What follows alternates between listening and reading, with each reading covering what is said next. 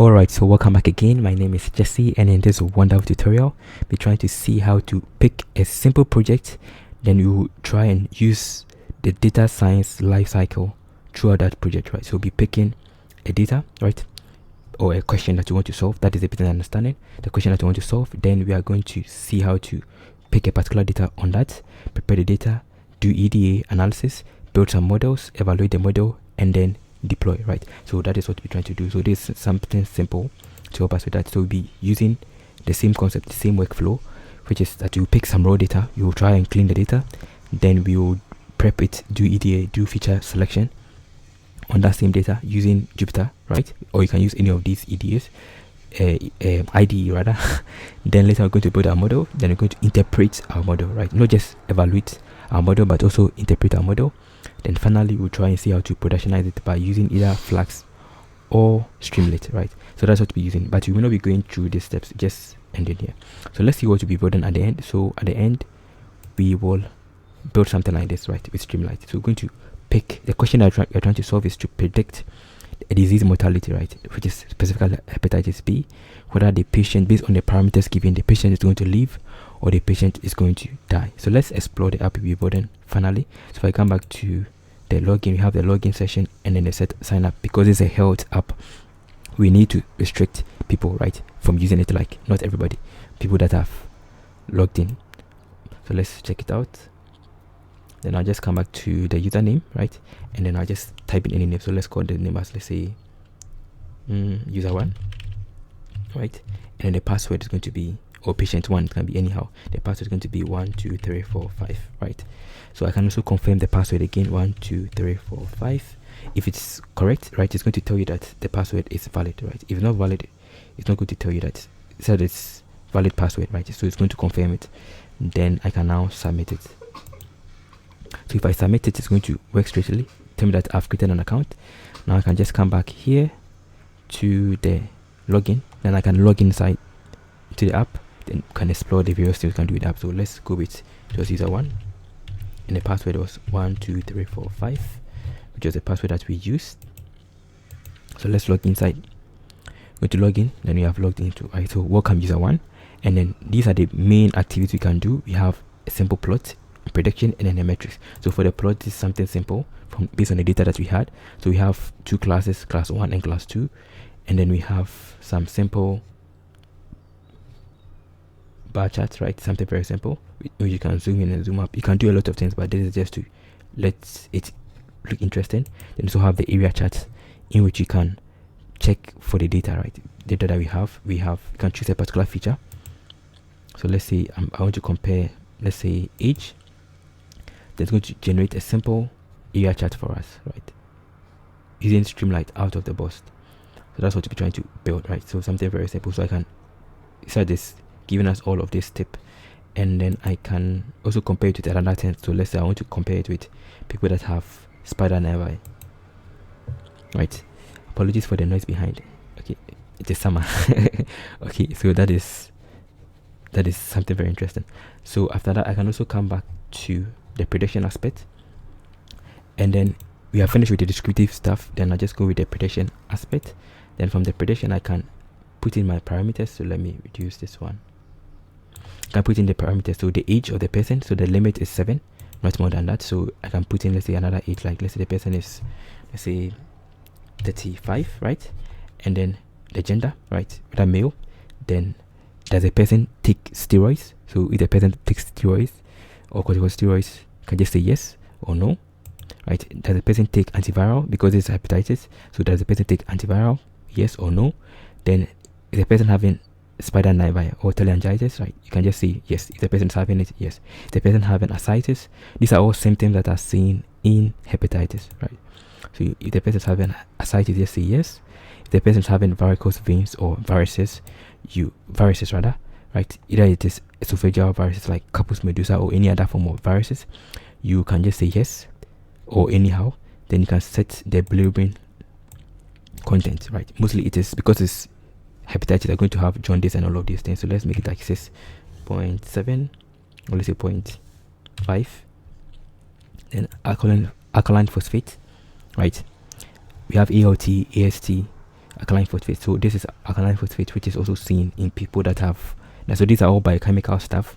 So I can just put in a particular value. Let's say 10. If it exceeds the number, it's going to be in a particular range, right? If it exceeds the number, it's not going to work. So let's use something like this. Then escort, you can also specify the escort. So if I put something like 100, right, and it exceeds it, it's going to tell that it doesn't reach, right? So let's put something like 200. It's having a range based on the data that you have. So that it was able to still work, right, without giving us any error. Albumin must not be more than 20, right? If I go with 20, it's going that value must be less than 6 or equal to 6.4. This is the limit for our data set, right? So we can just put that, let's say 5.5 or 0.6, anyhow you want it to be. Then the prothrombin time, right, which is very important.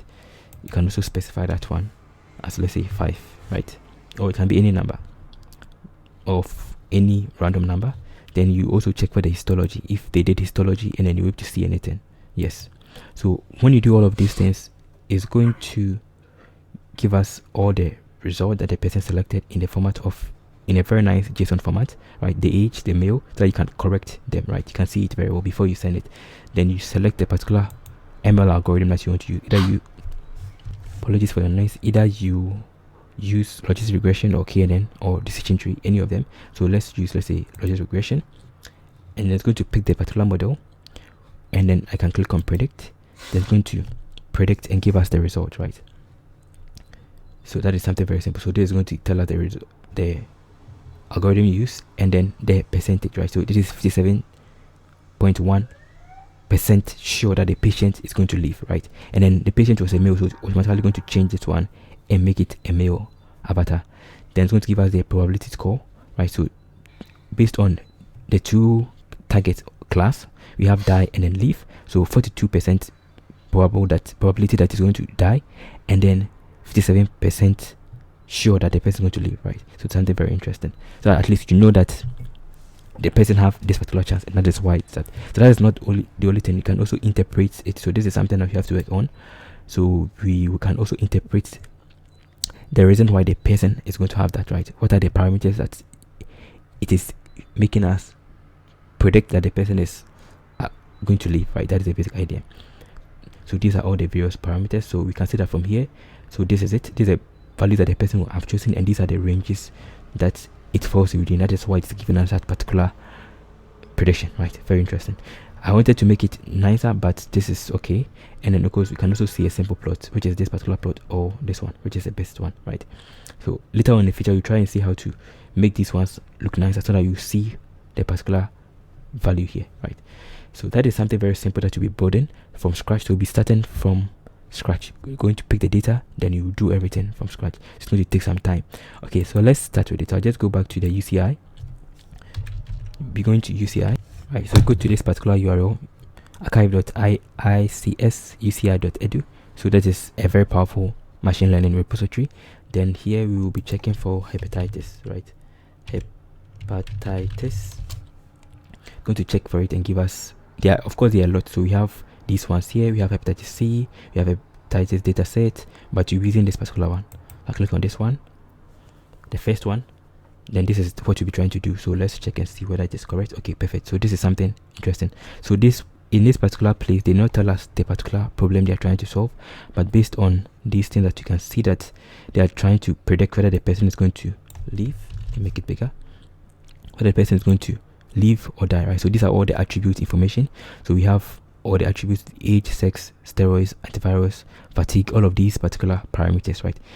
Which are the features. So we'll be trying to see which of them are the most important features that we have to use, and then which of them is not important, right? So let's see how to do that. So just come back to this place. So we have the data folder where your data set is going to be, then data set description, which is this particular place that we are, right? So if I go to the data folder, it's going to print it perfectly for us. So we have our hepatitis.data. I click on it, download it. Then we also have hepatitis.names, right?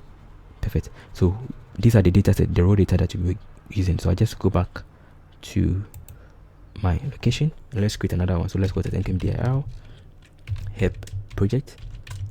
You can use cookie cutter to help you structure your project, but that is going to take some time. So let's move into hep project,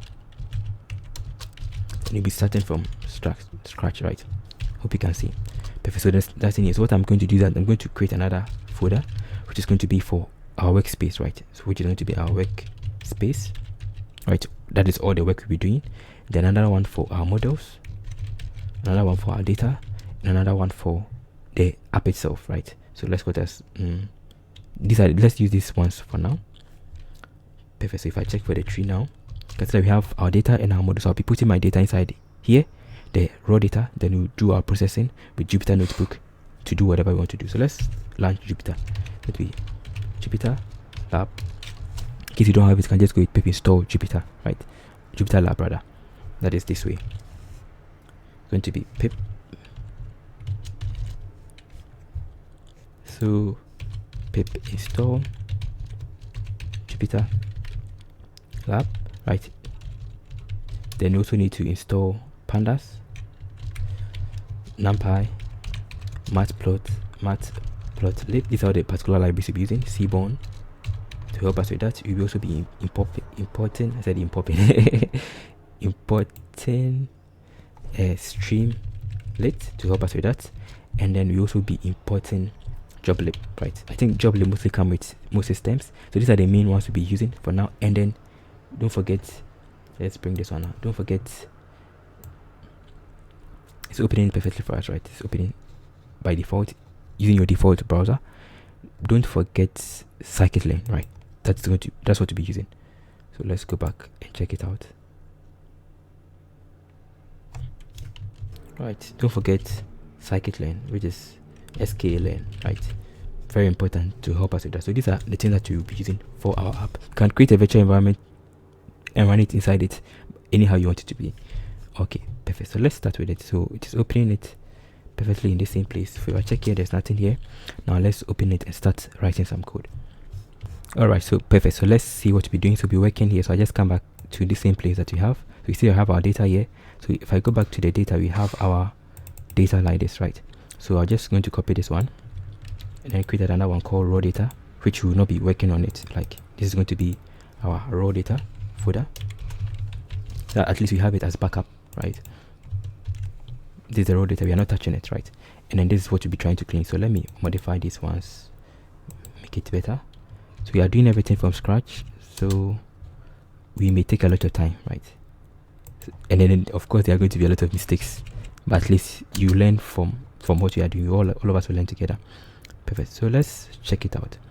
So this is what we'll be using now. So I just come back here, then I'm going to create. We are using Python 3.7, right? Perfect. So this is our stuff. Let's rename it. So what we are trying to do is Hepatitis mortality prediction, mortality prediction, right? With ML. So that's what you're trying to do. Now let's start with it. So these are the basic stuff you'll be doing. So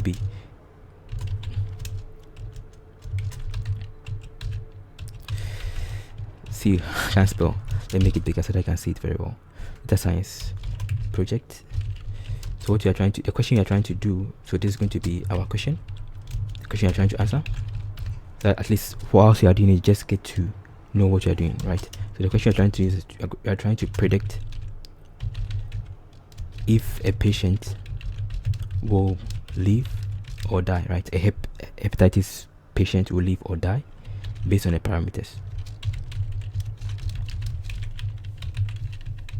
using ML, right?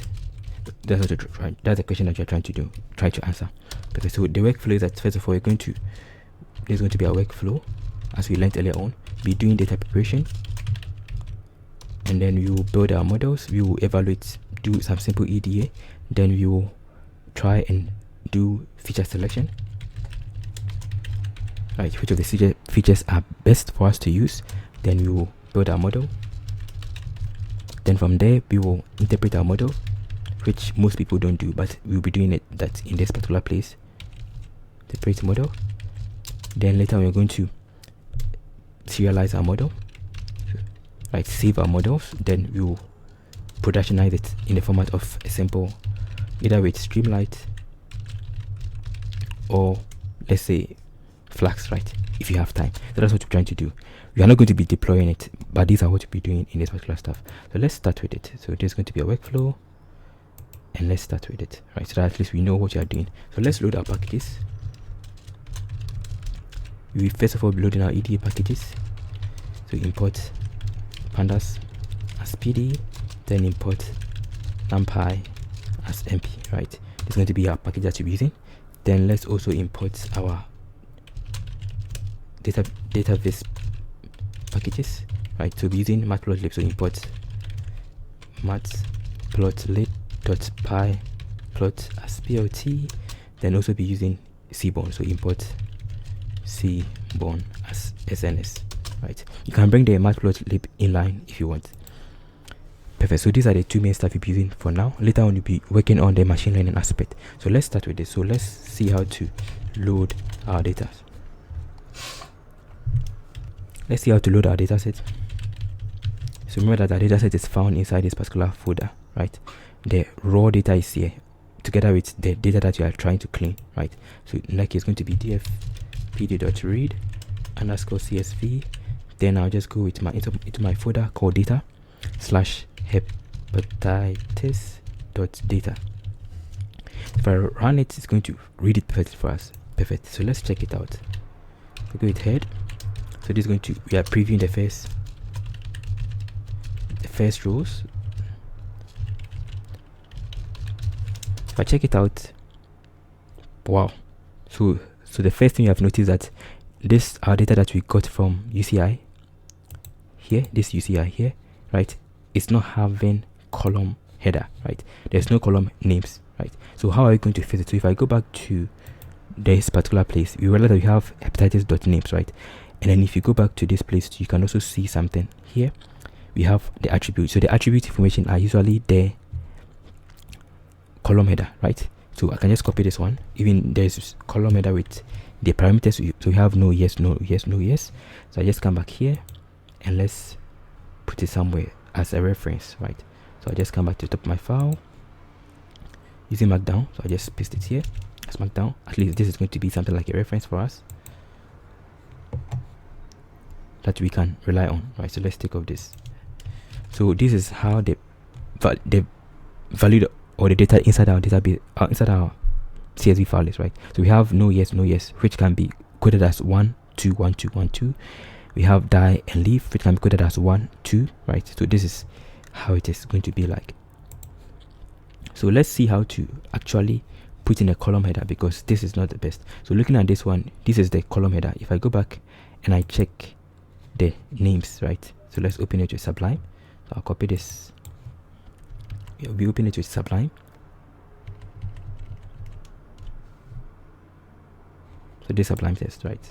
Here's the app that will be put in the future. If I check it back here, so it's giving us the same, almost the same information, right? So we have the class name and then all of this. So this is attribute information. Then from here, it's telling us that the number of instances is 115, right? Data points. The number of attributes is 20, including the class attribute. Then it's giving us some information of which people you can use, right? So these are some of the people that you must credit to, and these are some of the information about it. So let's copy these things that we have. We copy this attribute stuff, and then we will edit it, right? So I'll copy it all the way to here. Copy this one, create another file, then we will just clean it. So I'm just going to take off this. Select this one, right? The column. Control F to get everything up. Then I'll Control F because you are using Sublime test. I think the same thing will be for VS Code in case you are using this particular option. So Control F, I'll select all of them. Then I'll delete it from here, right? So I just go to the end bar, clear it off. Perfect. And I do the same thing for here. And now it's giving us an error, so just come back here. Then I'm going to select the dot, right, to clear off all the dots. So let's take off this. We are doing everything from scratch. No editing, right? You're not going to edit anything. Okay, perfect. So I'm just going to go back to this place. Like, I'll select this dot. Control F to get everything back. Go back to the find all. Then to home, clear off. Or back here. Perfect, right? So you have gotten it in a very nice format. So let's put in column like this, then let's make it like this option. Everything is working well. Now I can put a question mark at the end. I said a question mark, apostrophe. Okay, now this is better, right? So we have it in a nice format. So let's make sure that everything is well. We have one of them is missing, right? So let's go back.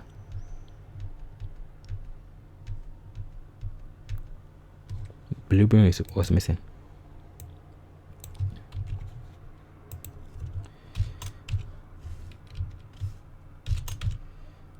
Put them inside this option, right, in this particular format. So this is what you have, and then this is what to be using, right? So let's make sure that everything is well. And we use this one as our column header. It's taking some time, but at least you learned. Right, perfect. I made it better. And this is going to be our column header. So I'll just take it like this, copy this one here, then you go back and then you put it inside here, right? This is the same thing that we have here. Apologies for it taking time. So I just come back to this place. Let's go as column names. Then from here I'll put it back here, right? Perfect. So now I can, I'll read it again. So pd.read_csv, pass in my data /hepatitis.data. Then I'll specify the column names.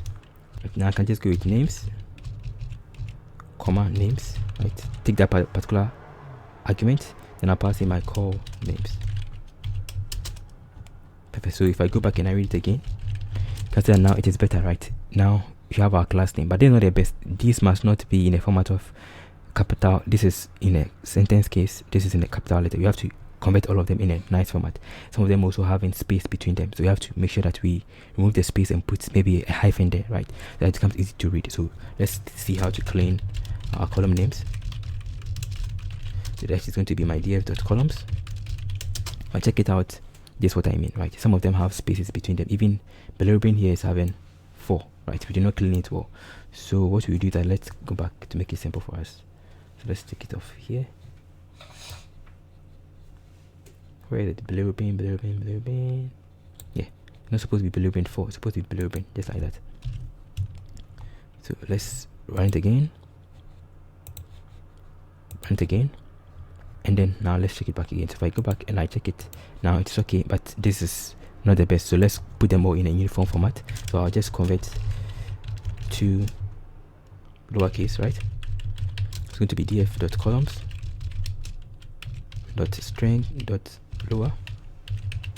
If I go with this option, it's going to convert them everything to lowercase, right? But we also need to separate this one. Leave a big, leave a frame. We have to make sure that there is a hyphen there. So .string.replace, right?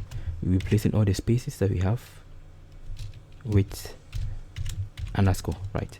So run it again. So now there's a hyphen there, right? Or an underscore, not hyphen. Now we can equate this one to our column names. Then you have a clean column name. So df.columns.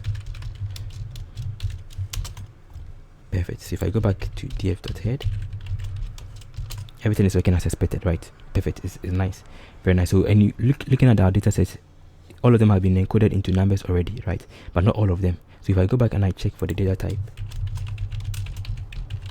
it's going to be df.dtype. If I check for it, I'm going to see that some of them are integers, some of them are objects, some of them are integers. So let's fetch all the objects, right, and then convert them to numbers or to numerical data to enable us to do that. But if you go back and again I check the actual data, there is some question marks there, right? So there are some question marks. So these question marks are either there's no data there, right, or it was like there's a wrong figure, right? So what you can do is that we can replace 0 for all of these things there, or you can put NaN for them anyhow you want it to be. But let's use 0, right, for that, because looking at the data set we only have 1 2 1 2, not 0. So if I put 0 there, that means that it is going to solve that problem. So let's replace our question mark with 0, right? So it is going to be df.replace. I'm replacing all my question mark inside my data with 0, right? So let's go as df. Perfect. So if I go back again to df.head, let's take it back. So now that those places that had question mark. If you check from here, right, the one that we did previously, there's a question mark here, but inside this particular place there is no question mark, right? Perfect, very nice. So this is something simple now you have done. Now let's see the data types again. So df.dtype. If I check it back, all of them are integers, but some of them are still objects, so we have to convert the object into numerical data. How do we do that? So let's get all the columns that have objects.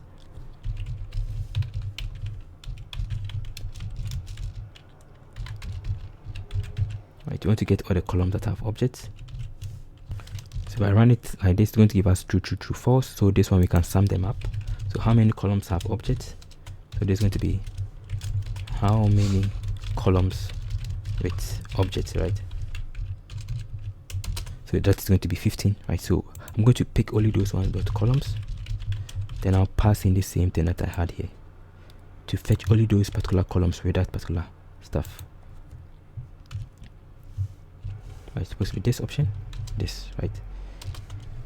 So these are all the columns that are having objects, right? So we'll be trying to convert these ones into numerical data, right? So these are the columns that have objects. So I'll copy this one. Then we're going to do some simple casting, right? This is casting. Casting means you are converting from one data type to another, right? So let's see what we're doing. So I just come back here. The same thing that we have. So let's make it like df pass inside this one. This is a simple format. You can also use a column name, but let's make it simple for everybody. Then this, I'll do the same thing. So df, let's copy the same thing here. Copy the same thing here, right? Then I'll just go dot as type is equal to int, right? It's going to convert everything to integer. Hopefully it doesn't give us any error. It's giving us a value error somewhere. So let's check it out and fit it out. So invalid literal for int with base 10 1.0, right? So some of them had float, right? So since some of them have float, we can't do that. So let's fix those ones out, right? So hopefully the one that will have float will be if you check back, let's check and see. Okay, looking at this, you can see that bilirubin is 1.0 and then albumin is 4.0. So these ones are floats, right? They are not, although they are objects, but they are also floats. So we have to make sure that we take them out. So I'll be taking those ones out to make our work easy. So it is bilirubin, and then bilirubin goes off, and then albumin also goes off, right? So these ones are off. The same thing for albumin here, and then the next one is going to be for bilirubin. So in that case, if I cast it into that particular float, into that particular option, is going to work. So let's run it again. Perfect, everything is working as expected. So I go back and I check it again. D types. So everything is integer, right? There's reception of bilirubin and an albumin. These ones are floats. It's going to be df albumin. First one was bilirubin first, so bilirubin and then albumin. These are very essential proteins. Albumin. Copy this one to this, back, then cast it to as type float, right? These are already float, so we can just convert them to float. Perfect. So our data type is working well. See what I did. D types. Perfect. So we are done with this. So let's write some narrative. So this is going to be something simple, at least to help us with that. Our narrative. So most of the data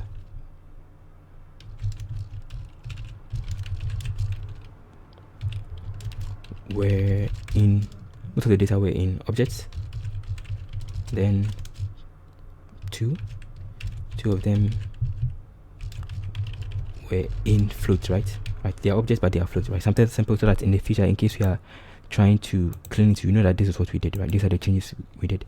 Perfect. Now let's see some simple value count, right? So we can just count. There's going to be the count of each data point of each row. So that's going to be df.count.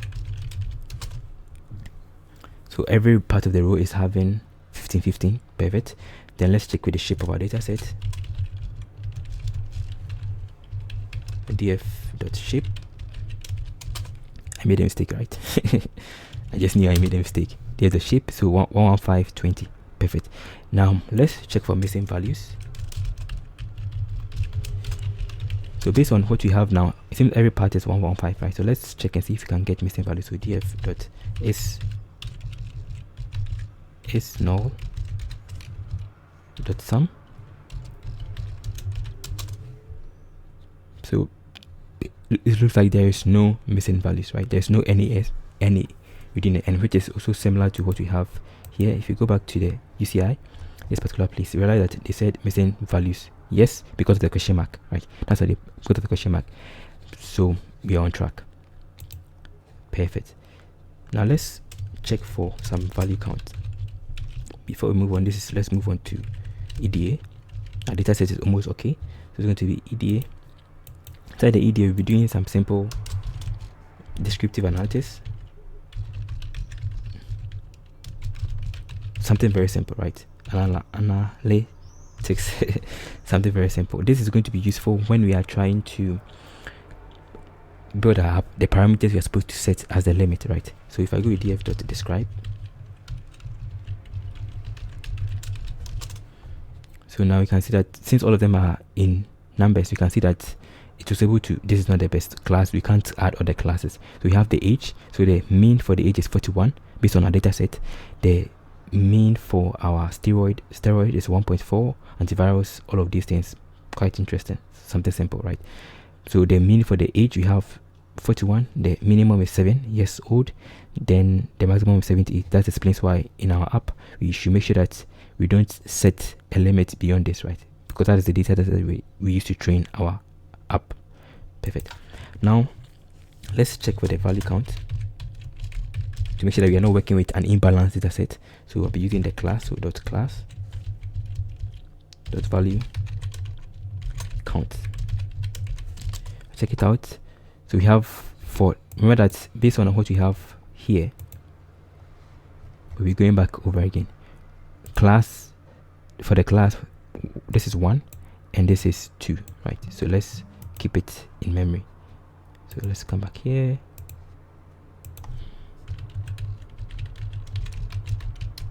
So that is, we had it as a dictionary, so we have die as 1 and then leave as 2, right? That's how it has been encoded already.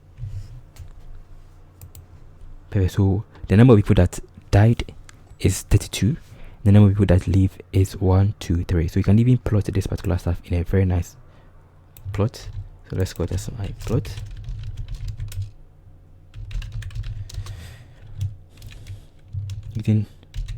So plot, and you just go with the kind,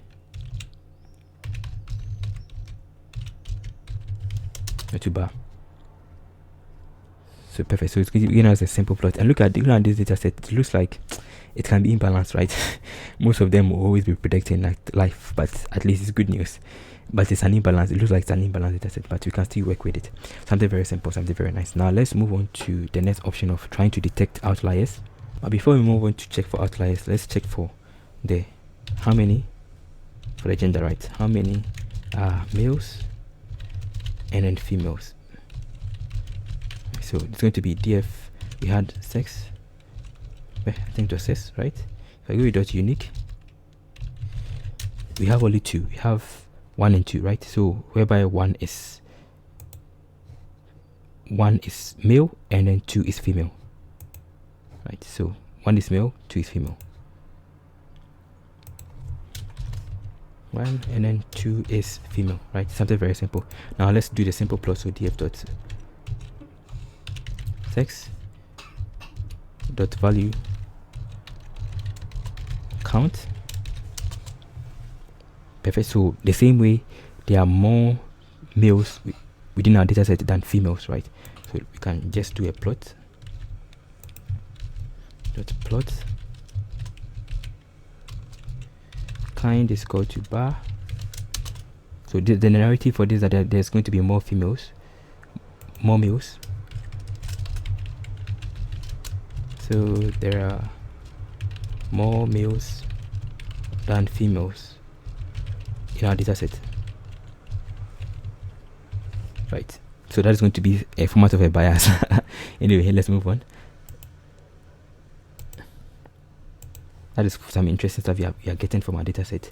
So I don't know whether we can also do another research and see the reason behind that, right? Which is another thing that we can also do offsite. Okay, now let's see the age. So we'll be trying to see something like about the age, right? The different range for the age range, and then their numbers. So it's going to be df.group by. Can group by the age, and then we can also use group by sex together. So let's go with group by age and then the gender, right? Then we'll be using a simple, either we can use size or value count. So size.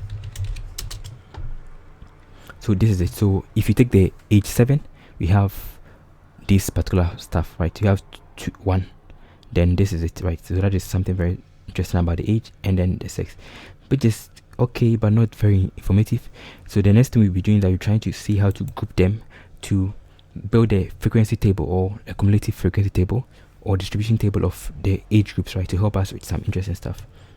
So that is going to be something like a frequency distribution table, right, using the range. So in that case, what we'll be doing is that we'll be trying to find which of them are within a range of 7 to, let's say, 7 to 10, right? From 10 to 20, 20 to 30, like that, right?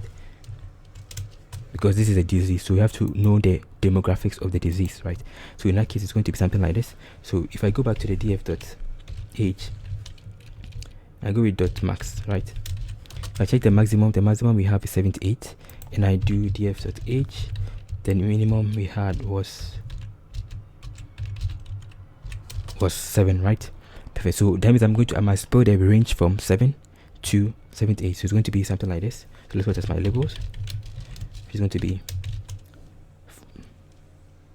7 or less, right? Something like that, or less than 7. You can call it less than 7, but it's better we make it as 10. So less than 10, right? Then you can just go from 30 to 10 to 30, like that. 10 to 20. Then we continue like that. So let me paste it to save us time. Right, perfect. So we have less than 10, 10 to 20, 20 to 30, 30 to 40, 40 to 50, like that, and then 70 and more, because the highest here was 78. So everything above 70 and more, right? Then I can just also create my bin. It's going to be bins, which we can just set as from 0 to 10, right? Because 0, so the bin is going to be 0, 10, 20, 30, 40, 50, 60, 70, and then 80, right? So this one must always be bigger than the other one above, right? Otherwise it will not work. Perfect. So that's something simple. Let's build our frequency distribution. It's going to be frequency df. It's going to be using group by to help us with that. So df.group by group by, then we're using pandas.cut. So pandas.cut allows us to be able to cut our data set and then put them in the range that you have given, right? So pd.cut, then df, you are cutting the ages, and then you are putting them in their respective places. So how many of them are under 10, how many of them are between the age of 10 and 20, between the age of 30 and 40, right? Something like that. So that's the first one. Then I'll supply the bin. So I'm cutting it, and I'm going to put in the bin, the bins, which is going to be bins. Then the labels is going to be the labels, right? That is all. Since we are grouping by, just check for the size. So the size is going to give us the count. Very interesting. Perfect. So it's giving us an error somewhere. Let's try and fix that error. So that bin labels must be 1 fewer than the number of bin edges, right? That is something that you have to always remember when you're trying to do that. So the one of them is supposed to be always less, not more than that, right? So we forgot 1. We talked about it, but we forgot it. It's supposed to be 60. We forgot 60, and then 70. So 60, 70. That's why it gave us that error. Because remember that we already talked about that, right? So let's run it again. Perfect. Everything is working. If I go back to the frequency distribution, frequency df, right? everything is working as perfect, right? Very nice and very cool. But you can also reset this one. So let's reset it to make it in the format of a data frame. So d.reset index, right? Then I'm going to call it as name is equal to my count. Okay, that's an error. Name, not names. Perfect. So this is a very nice data frame, right, that you can work with. So if I go back and I check it back again, so frequency df, right? So let's equate it to it. So frequency, you can see that it's taking a lot of time, right, just to do some simple stuff. So in case you have not subscribed to this channel, you can also subscribe and then check the links below for more. Perfect. So that is something very interesting. So we are able to count the number of people within our data set that are less than 10, the number of people within our data set that are less than 3, that are within the age of 20, 30, which is 29, within the age of 30, 40. So there are a lot of information you can get from this. So let's try and see how to derive some from it. So some of the questions you can ask from this is, you can use this one to determine which age group are mostly affected by hepatitis, right? That's another question you can get from. And then which age group are least affected, right? So looking at this, you can see that from the age below, between the age of 10 and 20, they are less, but from 20 till the age of 60, they are more, right? So let's use a plot to help us with that. So it's going to be something like this. So we just go back with frequency, can't spell, frequency df dot plot, and I can just go with the kind to bar. If I run it, it's going to give us a very nice plot, right? So this plot is giving us a lot of information. You can see that from here, this is how it is, like a bell shape, right? So you can actually make it like this option. Use a line to see how it is. So you can just go with line instead of the bar. So based on our data set, most people have it around this particular curve. So in the middle ages, right, from maybe 20, 30 till 50 or 40, right? But this is not nice. This is nice. You can also use a different plot. This is just to give you an idea of how our data set look like and how many people are being affected, which is usually around this place. So you can actually add some details to it to make it nice, and this is how the line goes by. So you can use a simple Matplotlib to help us with that. So let's use, this is going to be a normal plot. Let's plot of our frequency table. It's going to be my plt.bar, then I'll pass in my frequency df, and I'll pass in the age column, right? Then from here I'm going to also do the same thing for the other one, which is going to be the count. Right, so it's going to generate a simple plot for us. Then I'll go with plt.ylabel. The y label is going to be our count, and then we can also go with my plt.title. So let's go to frequency count of age, right? Then plt.show. So let's check it out, run it perfectly. This is going to be a nicer format for us. Perfect. So this is something very nice. So you can see that from here, between the age of 20 to the age of 50, this is where most people are affected, and especially between the age of 30 and 40 has the highest prevalence of hepatitis, right, based on our data set. So let's give a narrative. So prevalence,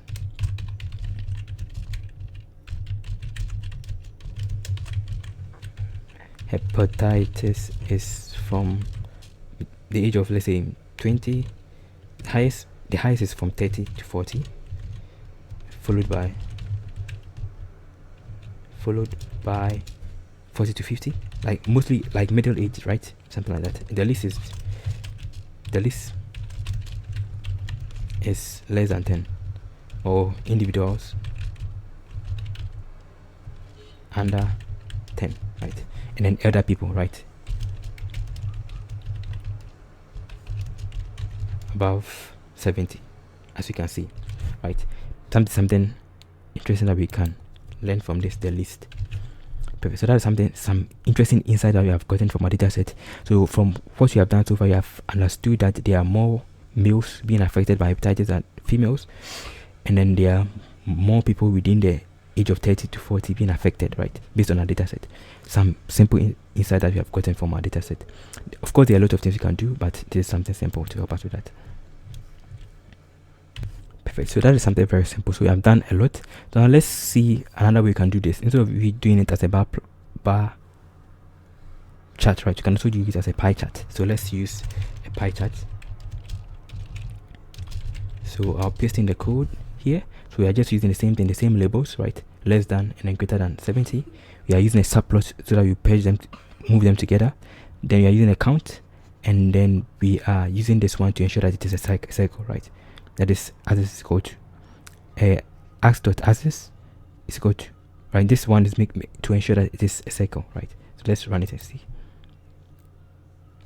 Perfect. So you can see that it is giving us as this particular option. Let me change the theme. So from here we'll be changing our theme to a light theme. So in case you have not been seeing it, apologies. Perfect. So this is nice, this is okay. So you can see that it's the same thing that we have above here, right? The same thing we have, but this one is in the format of a pie chart. So the highest amount here is this, right? So that's very interesting, very cool. I don't know whether the number is correct. The number looks bigger. Anyway, you move on with that. Now let's see some other stuff you'll be doing. So the next option is that you'll be checking for outliers. So there are several ways you can check for outliers in your data set. There are several ways, but among them, the simplest ways include what you'll be trying to list here, right, to make it easy for us. So in checking for outliers like anything that is outside our data frame, right, that is too far-fetched, right? So an outlier, when you are trying to check for outliers, we can use univariant analysis. You can also use multivariant, right, in which you are trying multiple variables. Right, so you can check a particular column or a particular feature and check and see if there is outliers within that particular one. That is univariant, right? One variable or one feature. Then also have multivariant analysis. So these are the main ways you can do. And then in doing so, there are several ways you can do that. These are the methods, the various methods. There are several of them, but you'll be using the simplest one. So the first one is that we can use a box plot to help us with that, right? Very, very essential to help us with the univariant. We can also use scatter plot to help us, and scatter plot is very useful when you're trying to work with multi, right? And then we can also work on the other one, which is can use z-score. You can also use interquartile, right? Interquartile range, right? This I don't know how they spell it. Interquartile. Maybe you just check it out. Interquartile range, right? So these are the main ways you can do that, right? So either you're using a box plot, right, which is usually very useful for univariant, one variable. Then we also have scatter plot for multi-variable, and then the rest. This one can be used for multi, right? So let's check it out. I just come back here. There are a lot of resources around that can explain better than I'm doing. So let's check first of all using the box plot. For univariant,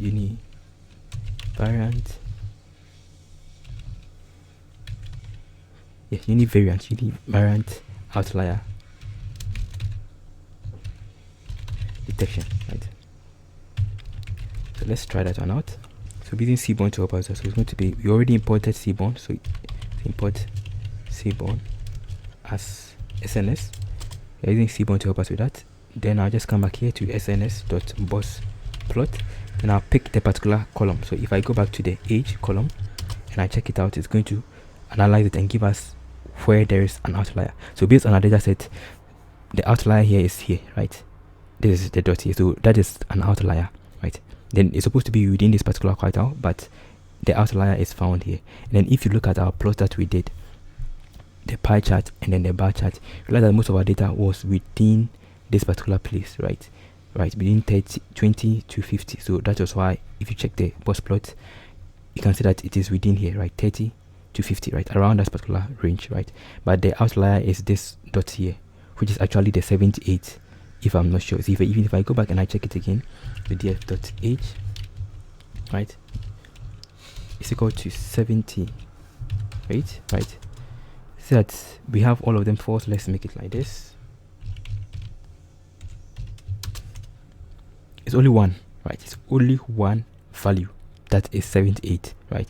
And it's an outlier, right? So that means that you have to either eliminate it or you can include it, but you can either clean it, right? If it's an anomaly, right? So you have to go and check it and see if actually the person was 78 years old or is an anomaly.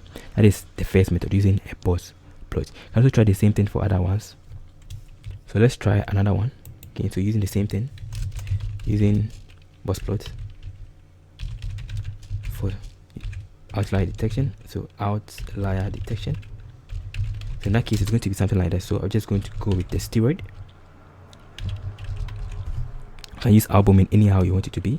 So this is going to be my sns.bossplot. Pass it there. Then it's going to give us, okay, right? So there's no outlier here, right? Very interesting. So that is something very interesting, something very simple about using bossplot to help us to get outlier detection. Let's check another option you can do. So our narrative is that it's going to be an outlier in the age, right, but not in the steroid. Now let's move on to using the scatter plot to help us with that. So from what we did, we were only using one particular feature, right, one variable. So in case you want to do multiple, you can use scatter plot. So there are several ways, but this is just to give you an option. So we're using Seaborn to help us with that. So it's going to be something like this: sns.scatter plot. I can put in S and Y, but I can just go straight away with this option. So let's go with, let's say, age, and then let's go with another one, like let's say albumin. So df, let's use something different, like let's say albumin. Hopefully it doesn't give us any error. Generating the scatter plot. Perfect. So you can even give it a particular color, right, to make it better, right? So from here you can see that this is the albumin, and it's not that informative, but you have to make it better, right? That is another way of doing it, right? So perfect. So this is okay, but it's not the best. So the best way you can do is that you can just come back to this same place. Let's go scatter plot, right? Then you'll be comparing 3 different variables. So let's say albumin, age, and then the sex, right? So let's see how to do that. It's going to be something like this. So let me paste it here, right? And let me explain. So it's going to be like this: Seaborn, scatter plot, and then this can be this way, so that in the future, in case you are working on it, you're not going to also repeat the same mistake I made. S can be for Y, even though it is using keyword arguments, right? So albumin is going to be X, then the age is going to be the Y, then the hue is the color, right? And then the color we are choosing is green and then red. Then you're setting the data to be our data frame. I run it. Now here you can see that it's giving us a very nice plot, which the sex or the gender as 1 is male and then blue, right? So looking at this, you can see that there are a lot of males, right, which is a green one, than females. And then you can see that there's an outlier here, right? There's some dots. There's a dot here, and then most of them are clustered around this particular place, right, for the albumin. So if you check the albumin, most of them will be between 2 and then let's say 5, right? But these ones are going to be an outlier for the albumin, right? Only 1 dot, which is going to be for a male, right? And this is also going to be some stuff for that. So that is something interesting to help you get to check for outliers, right? Using either the boss plots, right? Either using the boss plot, which helps you to know if a univariant, a one variable, right, one feature is having an outlier, which is this one here, or if it is multiple variables you are trying to compare, right, like this, or the more preferred way like this, right? Very interesting in very nice. There are a lot of ways you can do that. You can do that better. Now let's move on to the next method. So you have seen method 1 using boss plot and scatter plot. Let's check for the next method. So we'll be using the next method is using interquartile. Let's make it simple. IQ interquartile range, right? So IQ range. Perfect. So this is usually also known as age spread, right? Age spread or mid spread. It's another way you can also call it as, and it's usually going to measure the dispersion. It measures the statistical dispersion or spread, right, of your data, right? That is something very simple. So the basic formula is that you just go with IQ R, right? You're going to be taking the quantile, anyhow you call it, quantile 3. Quantile 3 is usually 75% of your data, right? And then minus quantile 1, which is usually 25, right? So that is the basic idea behind this particular option that you are trying to see how to use this one to help us determine outliers within your dataset, right? So let's check it out. So first of all, let's go with my K1, which is 25. So it's going to be df.quantile. Pandas already have quantile option. Then I'll pass in my 25, 0.25, right? And I'll do the same thing for the Q3. So I do the same thing for the Q3. Q3 is going to be 75. Let's go as Q3, right? Pivot. That is something very nice. Now using our formula that we have here, it's going to be IQR, it's going to be Q3 minus Q1, right? So that's going to subtract perfectly for us. So I go back with IQR. So based on that, you can see that these are the results, right? So rather than there's an error, there's something fishy about our age, which is very high as compared to the rest. Also the bilirubin, the alkaline phosphate escort is also having something fishy. Even let's try and see whether we can use the mono variant to help us with that. The box plot, right? So the mono variant, the uni variant. So let's check that one out with the box plot. I'll copy this one here and then let's check for the alkaline phosphate to see why it's given us that particular option. So I just come back here and this is going to be ALK phosphate. Let's see whether you're going to see some anomalies there. Wow, see that there are some anomalies here, right? Very interesting. There are 1, 2, 3, 4, 5, which is exactly the same thing that when we use the IQR, right? Then what interquartile or quantile is telling us that the alkaline phosphate is having 68, right? So that means that this is beyond this, way beyond. So these are the outliers within our data set, right? Just as the box plot was able to show us. Very nice and very simple. So that is the third method of trying to check, and this is very useful when you are trying to check for multiple outliers within multiple variables, right? Within multiple features or inside your data set, not just one variable or one column or one field, right? That's the basic idea. Now in case you also want to get the actual data, right? The actual is going to get the actual area, or like the actual data point that is an outlier, right? Outlier, that is when we use this particular formula. So you can just go with my df. This is a whole formula. Let me copy and paste it there, but let's go with df, right? Is greater than Q1 for the quantile 1 minus 1.5. You can set up your parameters as you want times the IQR. Let me paste it there to save us time, because we are taking a lot of time just for this aspect. So I'll paste it here. Right, so around it's going to give me true and false, right? So any place is going to see true, that means that there was an outlier there, and then false, that means there's no outlier, right? So that is how to see the actual places that have outliers and the places that do not have outliers, right? Very interesting and very cool, right? So this is for multivariant outlier detection, right? So a simple narrative for this we have done is that you can just give a narrative. How do you spell narrative? Is it double R or one R? Narrative, right? So it's going to be, so the data with true are the outliers, right? Based on that particular column, right? So that is something very simple based on this IQR that you are using. So if you see true here, that means that this is an outlier. False, that means that these are not outliers. So the option for the solution for what you have done is for clean outliers. We have seen how to check outliers. Now in case we want to be able to solve it, right? So this is going to be our solution. That we are going to remove it, right? Either you're going to remove it or you're going to clean it up. Remove or clean, the same thing, but remove it totally, clean it or modify it or change it as you wish, right? To make it fall within a particular limit, or you can just ignore it, right? And keep it as also another data, right? You can ignore or keep it as a data. So let's check and see how to actually remove everything, right? So I'm just going to go back to my df. Let's call it no outlier. Then I'll do the same thing above here, the same thing we did here, right? This same thing. I'll copy this one.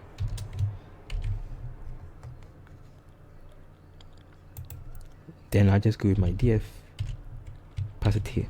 Then I'll use the title, right? That thing, the title to make it, to negate it, right? So that means that pick every place that is not these ones, right? Hopefully it's going to work. Perfect. Now if I go by df dot no outlier, perfect. So these are all the places that are not having outliers, right? Some of them are NaN. So let's check it back again. So df no outlier. Let's take the normal shape. So print df dot shape. Then let's check the other one for print df dot no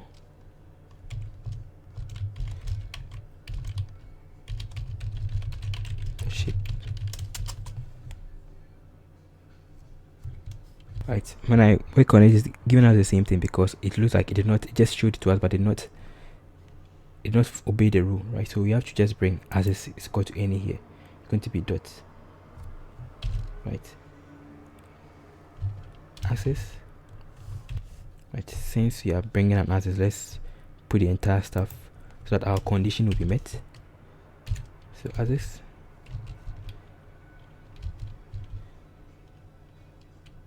no, we are checking for true or false, so it's a condition. So access is equal to 1, right? So any, right? You're using any to help us to count all the missing values and then make it better. It's going to give us an error because we did not close it well. Supposed to be closed here. Let's close it here.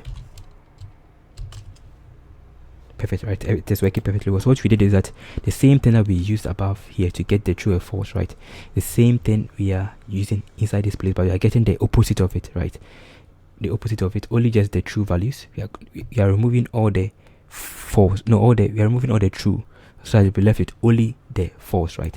The false here represent those that are not outliers, right? That is the basic idea behind this particular option. And then we are using any to help us with that. So if I go back and I check it again, from here you can see that now this is it. So these are all the places that are not having outliers, right? And then from here we can compare it with what we have. So if I compare it with the initial data set, which is the previous one, and then the current one, you can see that now it has reduced it, right? Which is not the best. So that means that there's a lot of outliers within our data set based on using the IQR format, right?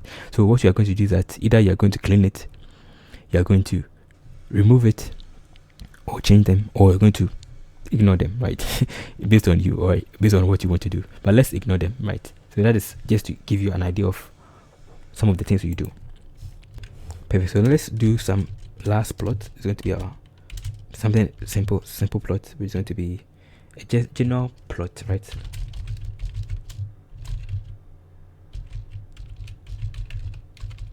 Distribution of data, right? Of every column. So it's going to be df. You can use the normal histogram to help us with that.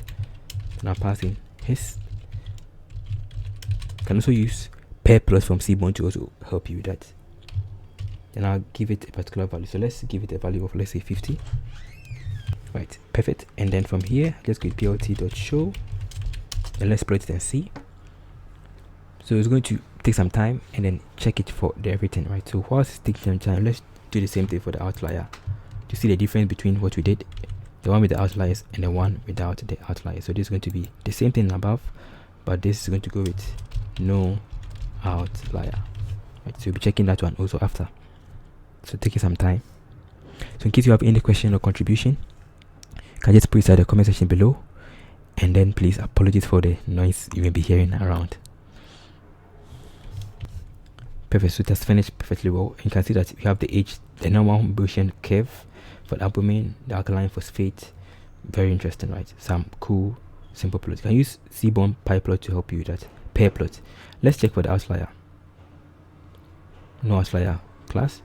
And then we'll move on. So all that you are doing so far, we have been able to work on this particular aspect of the data science workflow, our project. We are still on EDA, right? So we have been able to get our data set, clean it a little bit. We are doing simple EDA. Then the next step is that we'll be trying to do feature selection, right? Then later when we build our model, then you build it with the Streamlight. So let's check and see whether that's finished. Take some time. So if I go back and I check it again, there's a new one, right? For the outlier, you can see that it's totally different, right? Almost the same, but it's different. This is different, and then this is also different, right? So let's move on with and use the data like that. Now let's move on to the next session of it. So we'll be trying to check on our feature selection, right? Feature selection and then importance. So the reason we are doing this is that we are building an app, so we want to see which of the features are important, which of them are not important. So we'll be using scikit-learn SelectKBest to help us with that, which is very useful and very nice. And then the SelectKBest, the key is going to be the number of, right? The KBest is the maybe if I want 5 or 6, right, best features, right, that are having a strong relationship with a strong relationship with the output, right? With the output, that's what you're trying to do, right? Which of the features have a strong relationship with the output, with our target, right? That's the basic idea. We're just going to influence our data set, influence our prediction. So we can use SelectKBest and also use recursive feature elimination, right? So recursive feature elimination, which is also useful to help us also select our features, the best features, and to eliminate the features that are not important and keep only the important features that are going to have a strong relationship and a strong correlation and a strong influence on our data set. So let's check it out. It's going to take some time. So let's go with scikit-learn. So from sklearn.feature selection, feature selection, import SelectKBest.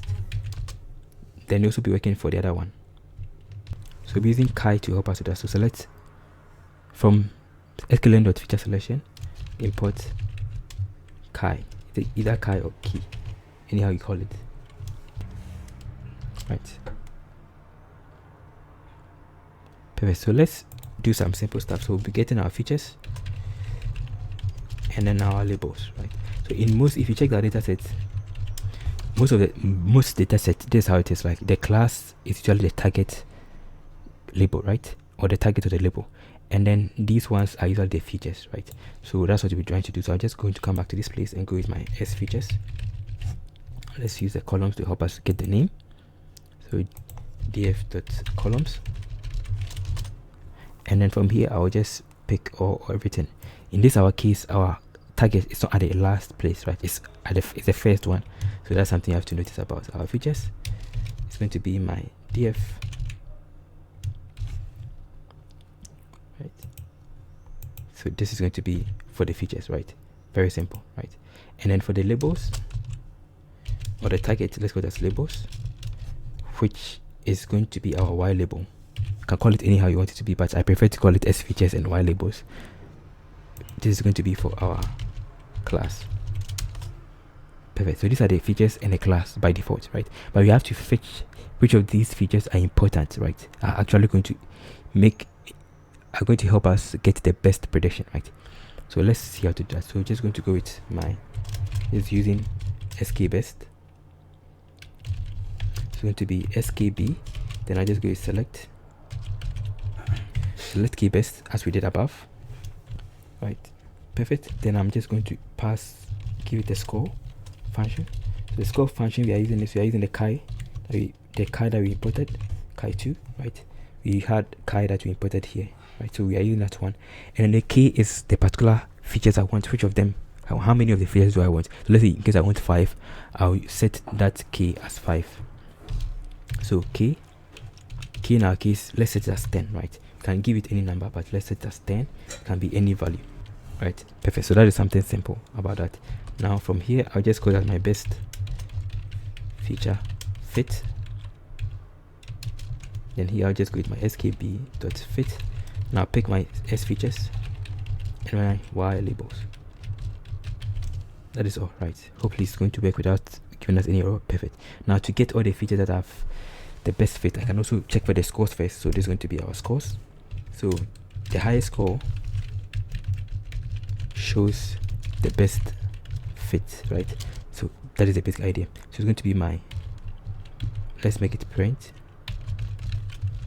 to be scores. Now just go with my best feature fit.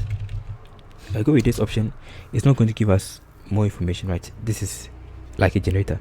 So to get the actual data, I have to just bring the underscore here or the bar. It's giving us an error. The answer is supposed to be dot scores, right? That's going to work perfectly, right? So the highest numbers, right? The highest score should the best fit. So how do we know which of them is this particular feature, which of them is this particular feature? So let's try that one out.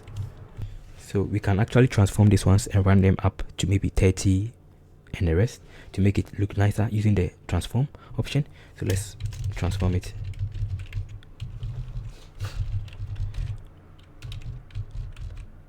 Transform. This is optional, right? So in that case, we can just call it as this. Best feature 01 or 02. Then here's going to be my best feature fit, right? We had it as that. Yeah, dot transform. Now passing my S features, right? It's going to use this one to transform it and give us something better, right? So if I go back with the BF02, because this is optional, right? It's going to convert these ones. So this was 28.47, but now this is being run in a better format, right? So let's see how to make it better. So this is how to see which of these features are important. What does this 28 represent? Which is the 28 mapping to, right? So we'll be using a simple option. So this is going to be mapping to their features, right? Their feature name. So just create a simple data frame to help us with that. It's going to be, let's go to as my feature score, then pd.data frame, and from here I'll just pass in my best feature, right? Feature dot scores underscore, then I can just give it my name. So you can just give it a column name as you wish it to be, right? So columns, which here can be feature scores, right? So it's going to create a data frame which we can use, giving us an error. It's giving us an error. The reason it's giving us an error is because it's supposed to be in the format of an index, right? In the format of a list, right? Not, it's have to use names. So if I go with this option, now it's going to work perfectly for us. Perfect. So if I check the features score, this is now a data frame, right? Perfect. Feature score. Now I'll be mapping it with our feature names, so that is going to be this option, concatenating them. So you can just call it as my best df, right? Best fit df. Then I'll just go with the same thing that we have been doing above. We can concatenate them, but before we concatenate, let's create one for the feature column, feature columns,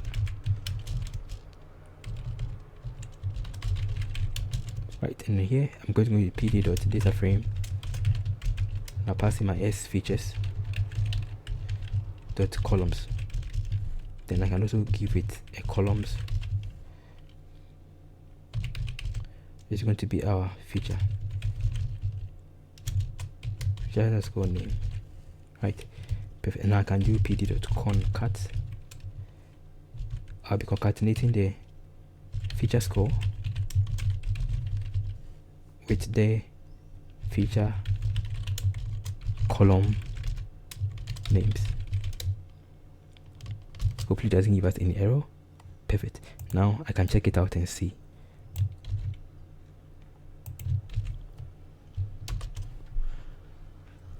But it's giving us an error somewhere. Let's fix it out. It's giving us an error. So the reason it's giving us an error is because we forget to set the axis, right? So just come back here. Axis is equal to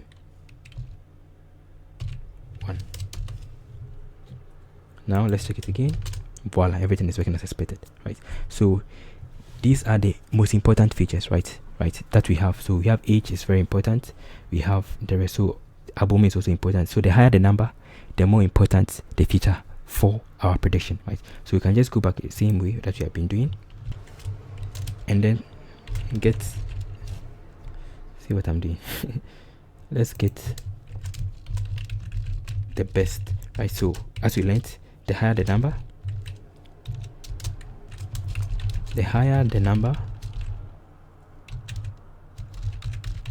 the more important the feature, right?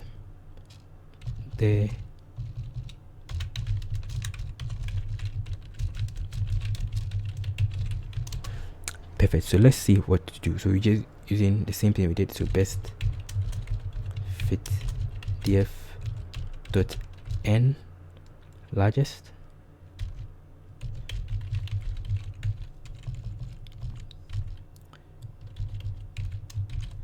So I want to get maybe the top 10 features, right? And I pass in the place I want to count, which is going to be my feature score. Feature scores. Hopefully it doesn't give us an error because of the name.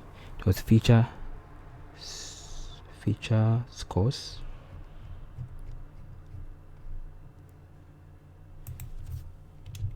Let's read the error. So the error is saying something here. Oh, not supported because instance of string and int, right? So we made a mistake here. It's supposed to be an integer, right, not a string. Perfect. So these are the most important features, right? So based on what we have, the top largest features we using is the pro time, which is the prothrombin time, which is very, very essential. As a matter of fact, the escort, the bilirubin, very essential to determine if the person is having hepatitis, if he's having jaundice, right? Because the liver is failing. The age, also another important factor. And then we have alkaline phosphate, another important factor. So medically, all of these factors, right, these features are important, right? Even Spada-Naiva is also important. So we have been able to get the top 10 features that are important. So we will keep this one in mind and use it for our app, right? Let's check again. Let's make it 12, right? Because sometimes 6 can also be part. So let's make it 12. Let's see if we do it 12, we are going to get 412, right? Perfect.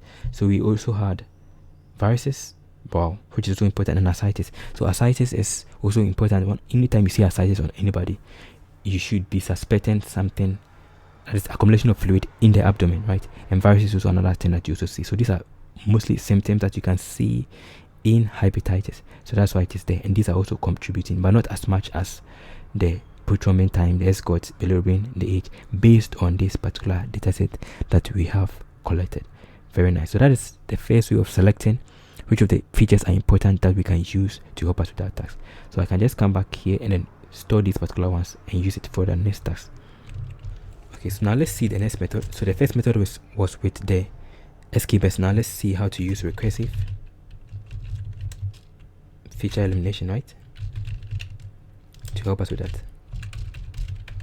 That's what we're trying to see how to use. So we're using recursive feature elimination to help us know which of these features we have to eliminate and which of them we have to allow, right? You have to select. So we'll be just importing from sklearn.feature selection, import recursive, import RFE, right? Then after importing it, you'll be initializing RFE. So let's RFE, which is going to be my RFE, right? So RFE usually works with a particular model, right, to help us do that. So let's make it like this. So I'll just copy this one here. It mostly works with, you need to supply a particular machine learning algorithm to help us with that. So let's call it as, so from sklearn.linear model, import logistic regression, right? Using logistic regression, which is, although the name is regression, but it's a classifier. So we'll be passing that logistic regression also within our model, right? So let's make it like this. So I just go with my model, so logit, initialize it and call it as logistic regression. We'll be going deeper into this ones later on. Right, so I just initialize that particular model. right? And I'll pass it here. So it's going to be my logit. Then I will specify a random value, right? 3. And then later on I can now fit them together. So rfe.fit, and I'll pass in my parameters. So I'll be passing my s features and my y labels. So it's going to, based on the features, compare it against our labels, and then build a relationship and find the best of them that fit, right? Giving us an error, but we'll still work on it. The best of them that actually fit. Which of these features are very important? Which of these features need to be eliminated, right? Which of them need to stay? That's the basic idea. Perfect. Now let's move on. The features to select was 3. That's what we set here as 3, right? You can set it as 10 anyhow you want it to be, but let's go with 3 for now. Perfect, right? So we can, let's go back again. Let's see. Let's make, instead of 3, let's make it at least 8, right? Run it again, fit it again, take some time, and then now we'll be doing the same thing we did above. This same thing I did, we build a data frame to help us with that, right? So I can also use the same fit that we have done to get the score and the ranking. So that means it's going to be something like this. So the selection, in that case, going to be, or the selected features. So selected features, let's use it as a format of a data frame first, right? And I'll pass in my RFE. Let's store this, that fitting. You have to store it, right? So let's call it RFE underscore fit. We are storing inside a particular variable. Then use that one to help us to get fit, right? Then here we can give it the various parameters, right? Perfect. Under, so here, then support underscore, right? Then let's give it columns. You can use names if you want. Then I'm just going to call it as my selected features.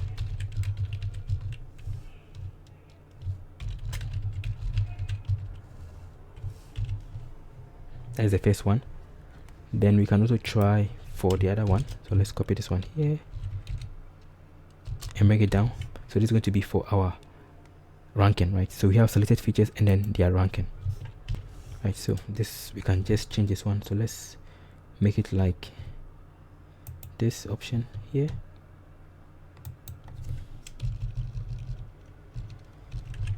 Ranking, right? You can call it feature ranking, but let's call it ranking features, right?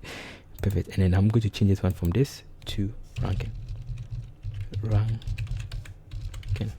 right? Underscore. Perfect. So I can now concatenate as we did above to help us with that. So I can just call this one as RFE df pd dot concat. We are concatenating our features above to help us get what we are supposed to get. So that means that this is going to be my selected features. The next one is going to be ranking, and don't forget to set the axis, right? As we did above. So axis is equal to 1. Now if I go back and I go with RFE feature df, so you can see that each of them, the highest, right? So some of them are true, some of them are false, right? Some of them are true, some of them are false, right? So this is not the this is okay. So we have to also add the particular feature, because we don't know whether this one is any particular feature. So I'll come back here, realize that we already did a data frame for our features using this particular option. If you go back to some previous, here we did this one, this was giving us our features, right? So I'm using the same particular data frame and add it to our concatenated option for the RFE recursive feature elimination. So I'll put it here, then run it again. So now it's going to be better than the previous one. So at least you know which of these features is false, which of them is true, right? So that is something very interesting. So based on this, so anytime you're going to see true, right, that means that we have to eliminate it, right? True means that you need to eliminate it. So we are going to eliminate sex, because not contributing, but you're going to be eliminating fatigue, malaise, anorexia. So actually in the medical field, these things are general symptoms. If the person is having fatigue, malaise, anorexia, they are general symptoms, not necessarily for hepatitis. But if the person is having something like spider navy, right, it is probable that the person is having hepatitis, or is having something have to do with what do I call it, the blood vessels, right, that is causing them to have those spider navy. And then the same with alkaline phosphate, which is also true. So that is something interesting. Some of them may be wrong, some of them may be right, but we can use the ranking to know which of them is important, which of them is not, right? So the narrative is that we are going to eliminate the ones that are true. So this is going to be our narrative. So in our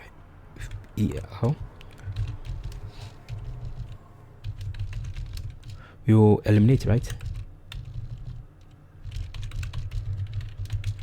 the lowest ranking, right? Anything that is having a lower rank, we are eliminating it, or true, right? So if you check here, histology, right, is true, right, but it's having a ranking of 1. Albumin is true, it's having a ranking of 1, but protime is false. That means that false means that you are not supposed to eliminate it, right? True means that you're supposed to eliminate it, right? So this can be eliminated because it's 1. Albumin can also be eliminated, but it's 1, but it's important. For me, I think it's important. So this is where your domain expertise comes inside, in which you are going to use your domain, not just the algorithm to help you, but also your domain expertise, your domain knowledge to help you pick which one you want to use, right? So we have seen 2 methods of how to do feature selection. You have seen how to use SKBest. You have seen how to use recursive feature elimination. Now let's see the last one, which is going to be our ExtraTreeClassifier, to check for which of these features are important, right? So let's go with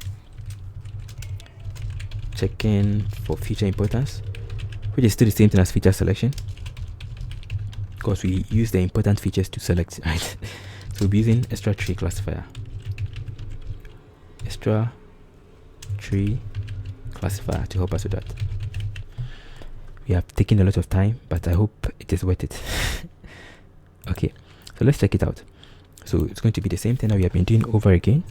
So this one is telling us which of these features are important, right? That's the basic understanding behind it. So which feature is important? So let's see how to do that. So it will be important from a sample, because this is a tree classifier, will be important from a sample. So from sklearn.ensemble method, right? A sample, import ExtraTreeClassifier. Right, so that's what we're trying to work on. Yeah. So we have regressor and classifier. And now let's work on it. So I'm just going to initialize our stuff. Going to be my ExtraTreeCLF, then going to be my ExtraTreeClassifier. We're going to initialize it, then we're going to fit it together. So etclf.fit our S features and then our Y labels. So it's going to compare them and then build relationship and identify which of these features are important. Then we can use it to get whatever we want to do. So to get the features that are important, let's print important. This is going to be the number, right? Print important. It's going to be my print, then my ET classifier, ExtraTreeClassifier dot importance underscore importance underscore. I'm going to print some numbers. Let's say I think I made a mistake. Import, not important, but feature importance. Wow. Anyway, it's good we are making mistakes, right? Very interesting. So the higher the number, the more important it is. Something very interesting, something very nice. So we can also use the same thing we have been doing over again, put it as a data frame and compare it with our actual features to know which of these features are important and which of these features are not important. So let's work on it. So this is going to be something like this. So we can just call it as, let's say, feature importance df. Then from here I just go with pd.series. I just use a simple series to help us with that, and I'll pass in my option. I'll pass in this can build a data frame if you want, but let's use a series, right? Then inside here I'll just set the particular index. So index, see what I did. Using the S features to help us with that. So S features dot columns. So let's check it out. Hopefully it doesn't give us any error. Voila, it's working. So now I can preview it to see which of these features are important, which of them are not important. So from here, this is how it is, right? So this is how it is. So this is the particular feature and then their labels. So I can actually plot it out. So using the same thing, but can use a normal. Let's go with the n largest. Then I pass in, let's say 10. I want the 10 values that I want. Then I can just go with dot plot. You can use hplot or any format of the plot that you want, right? So let's go with the kind. Let's go to bar hplot, not just the bar plot but bar hplot. So let's check it out.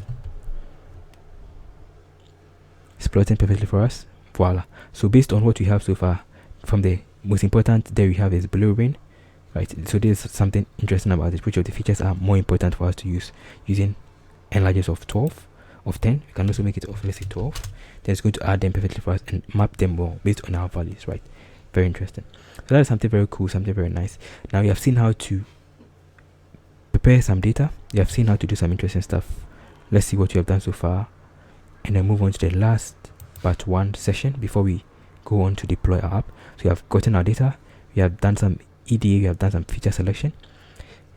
What we will be doing next is to be trying to build our model and then interpret our model, right? So hold on to your seatbelts. We'll be going faster from henceforth. So the narrative for that we have done is that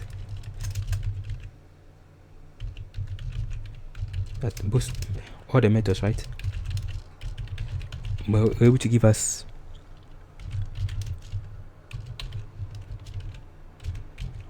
can spell almost the same features to use, right? So that is what we got from what we have done.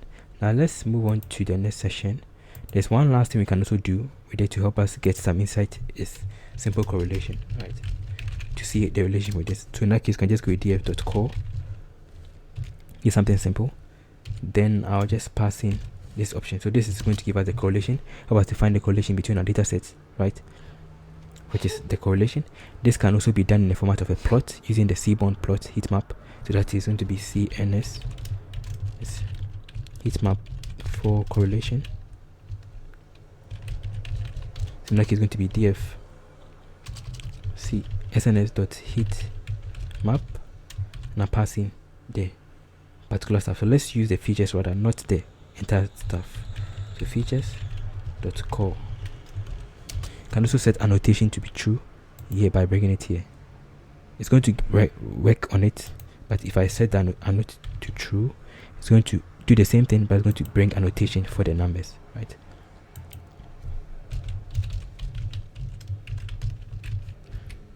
This is with annotation. I don't know whether my audio is okay. So let's check it out. Which is also going to be the same thing above, but it's going to be better, right? Take some time for it to run. So whilst it's running, let's move on to some other stuff you can also do. Well, but it's not beautiful. This is okay, but it's not beautiful. So let's use plt.figure and pass in a figure size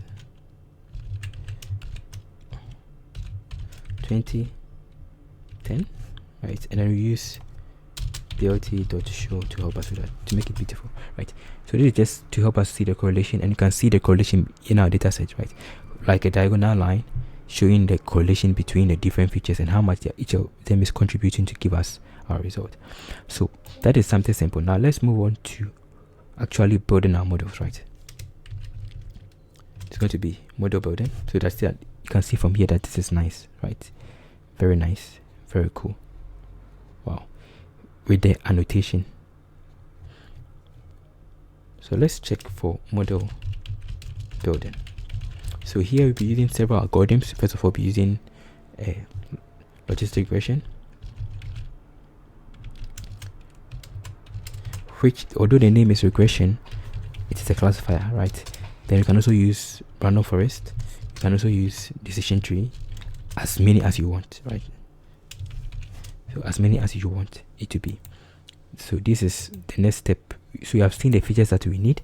We have realized that there are some features that are important, some other features are not important. So in that case, when you are building your model, the features that you are going to select is going to determine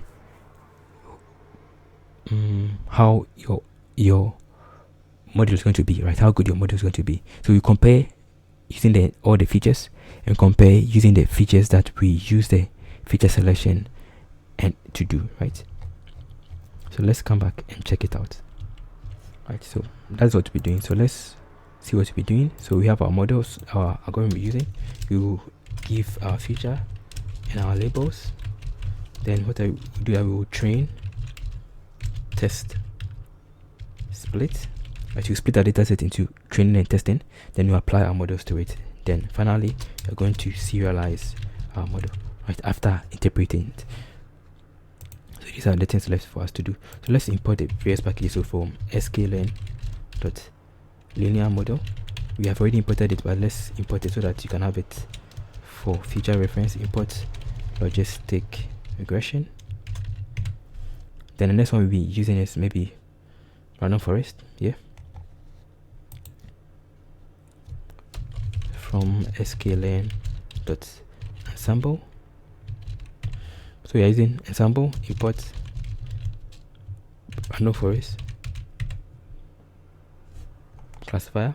You can also add several ones to it, right? Maybe decision trees, which is going to be from sklearn.tree import decision tree classifier. So these are the main ones we'll be using, right? Perfect. So I'm just going to import these ones. These are going to be our ML models. So let's put as our ML packages, right? And then also need to import the metrics too. So that's going to be from sklearn.metrics import. We are importing accuracy score. You can import confusion metrics. You can import all of these things to help us analyze our model. Then from sklearn.model selection import train test plate. So we are doing train test plate to help us split our data set, right, into training and then testing data set. Perfect. So let's see what we have so far. So we have our normal features. This is the features for the initial data, right?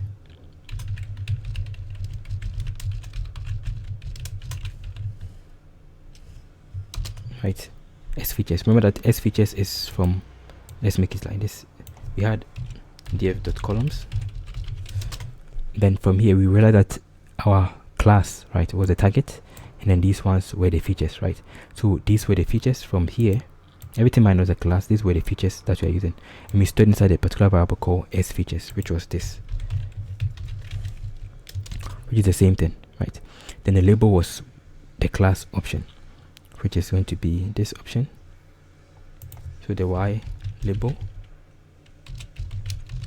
df, then we had it as class, right? As everybody knows. Very nice. So we have gotten our data set, so we can actually train our data set, our model, right, on this particular one, or we can pick the one that we use our feature selection to do, right? We use our feature importance feature selection using SKBest and then RFE and then ExtraTree, and use those ones. So we'll be using the two of them. So let's call this one as for selected features, right? So for the select features, we had something like this. So let's go back and check.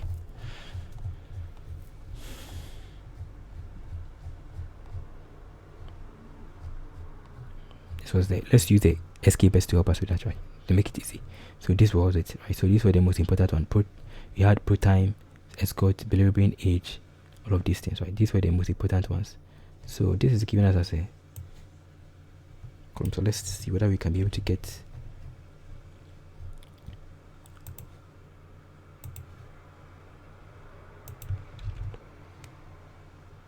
let's check for the type. The data frame. So since it's a data frame, we can actually get that particular column and get the feature score column, feature name rather, feature name, which is referring to this particular stuff, feature name, right? And now I can just convert this one to list.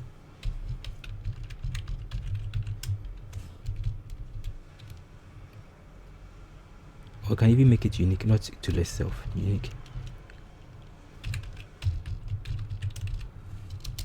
to get all of them. So these are all the unique ones. So this is what we are using, right?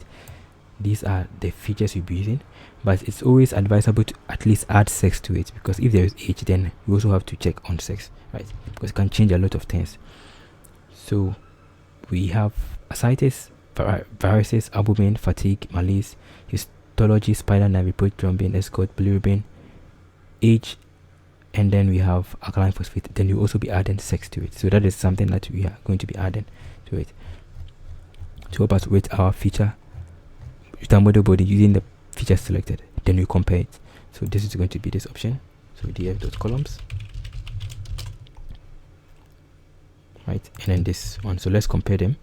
So these are the ones. We have to make sure that we arrange it well, because how you arrange it is going to affect how you're going to train your model, right? When you are trying to make prediction.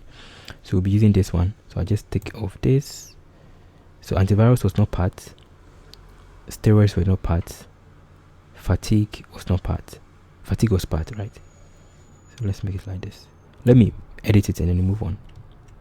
Right, perfect. So these are the ones to be using. So we're using age, sex, steroid. We are adding these ones to it. We can take it out, but we can also add it, right? Because at least to help, because these are drugs, they are medication.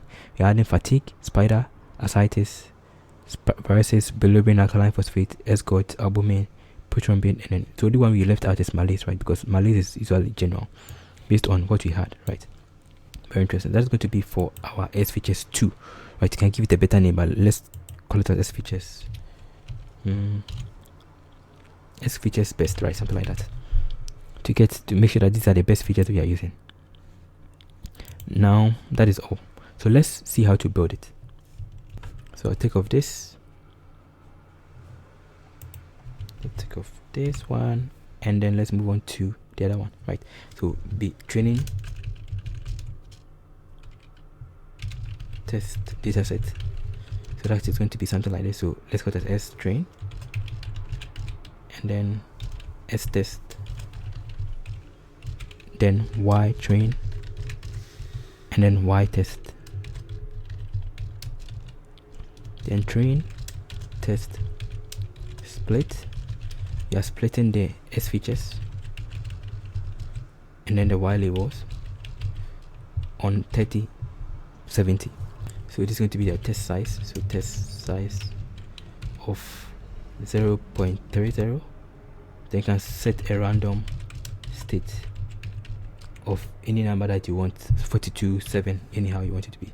So this is going to be the first stuff, right? Then I'll do the same thing. This is going to be for our normal one, right? The real data set. Then I'll do another one for the best, right? So this is, see what I did. Copy this one, and then you do this one for the best ones. So this will be for the best data set, right? The best features. Apologies for the noise behind. Summer is coming. So I'll just make this one as, you can make it as 2 or best, anyhow you want it to be. Let's put best behind it. So underscore B, right? At least to make it not too long. So underscore B. This will be too long, right? So underscore B. Then this is going to be for best. Perfect. So that is different from the one above, the row one. Perfect. Now let's build our model. So using logistic regression, so let's go with my first one. Let's call it as my log reg.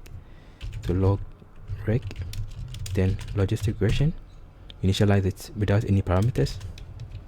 Then we're going to fit it together. So log reg dot.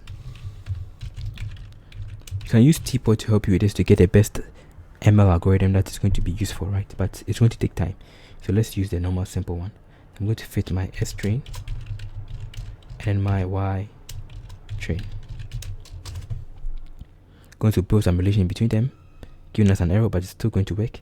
And now we can check for the model accuracy. So that is going to be the first method is going to be method 1. So the method 1 is going to be my model. So log reg dot score. Then I'll pass in my S test and then my Y test. So we split our data set into 2. So we are testing it and see whether it's going to give us the same result, like a good accuracy. So this gave us a 0.27, right, which is not bad. This is method 1. The next method is using the accuracy score. So this is going to be method 2, which in that case I can just go with my log reg dot predict. That is how to make some prediction, right? Predict. Then I'll pass in my S test. So the values that is given to me, so this is it, right? So if I check this one with my Y test, it must be the same, almost the same. So now let's make it like a format of a list.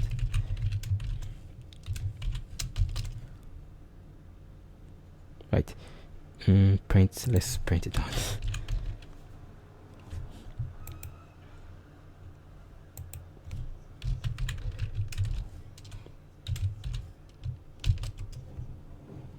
Okay, right, so that this is 2, but some of them it failed. So 2, 2, this one failed. This was correct. Like, so that is the basic idea. So we are comparing it with our Y test, which is the same data set, but we divided them into 2, right? So our prediction is 73% accurate. So we can use the same thing to get the accuracy score by going to accuracy score. Then I'll just pass in my Y test, right? This one, and I'll compare it against my log.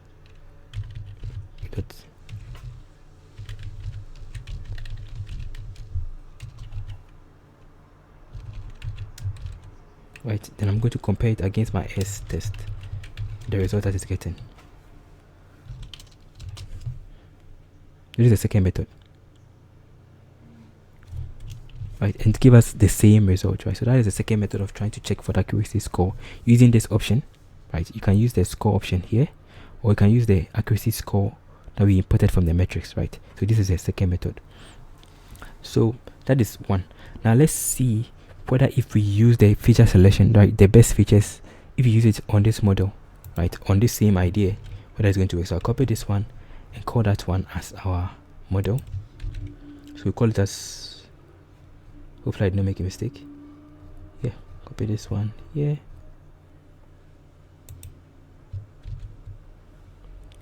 So I'll change this one from this to model, right? Right, logistic regression model. Then we'll be using the best option. So I'm applying the B for the one that had the best features. The one that we use the feature selection to help us with that. Same thing running. Then we'll check it again and see whether it's going to give us almost the same. It's able to give us the same. That means that what that we did was important, but we can still use the raw data like that. So copy this.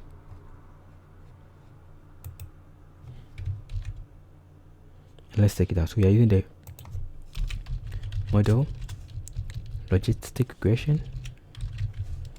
Then we are trying it on the one we selected. So test B, YB. Let's check and see.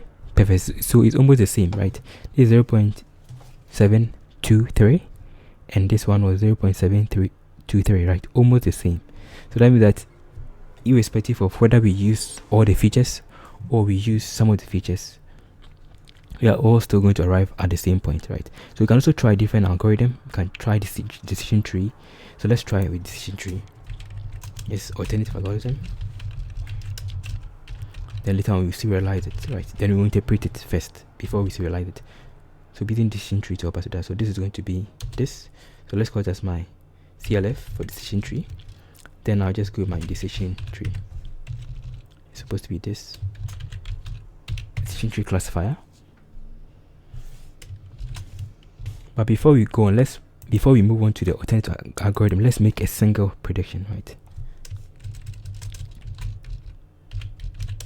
To make sure that our model is actually working. So I'm just going to go with my train. I just call it test anyhow you want it to be. Let's call it test dot ilog, right? Let's pick any number. Let's pick 0. Right, 0. So these are the values, right? So the person is a female and the age is 50. So we want to see whether if we use these parameters on our model, it's going to give us a correct prediction, right? So let's see how to do that. So just come back here.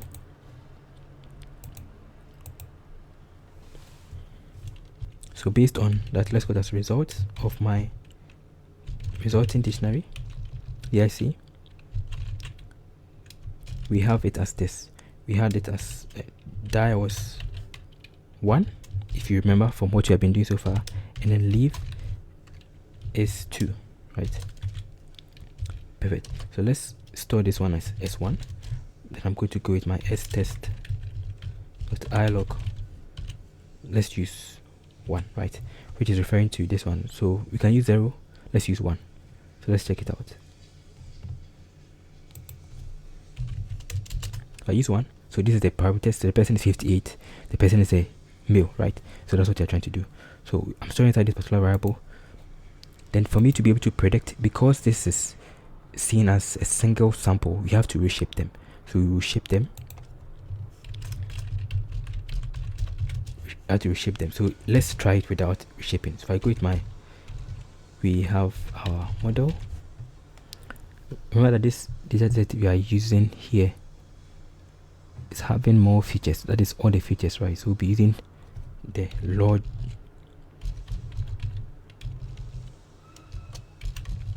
reg, right? Model dot predict.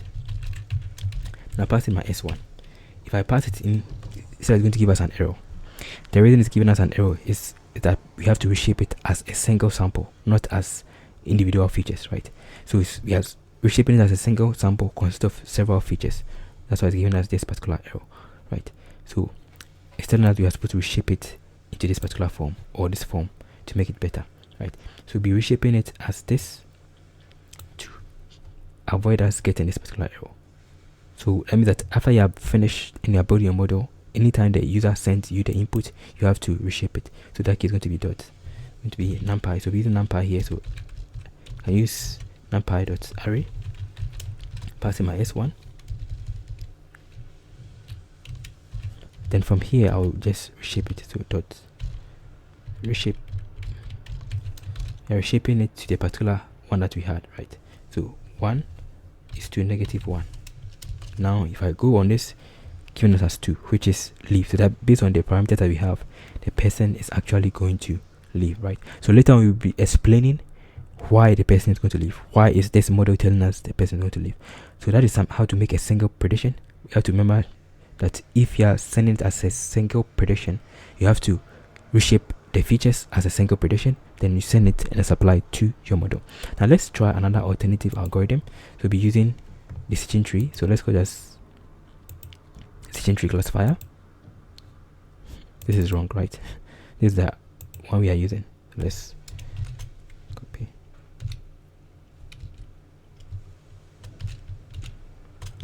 Right, we are using decision tree classifier to help us with that.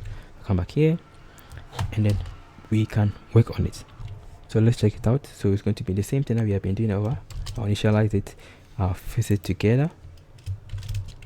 Will fit. It's going to be my CLF. Then I'm just going to go with dot fit. strain, and then so based on what we are doing now, we are using the best features. We are ignoring all the features. We are just using the best features to help us with that. So B, right? Then the Y train B for the best. Want to build a relationship between them? Perfect. Without any parameters, then now we can use it to do our prediction. So I can also check for the score. Fit.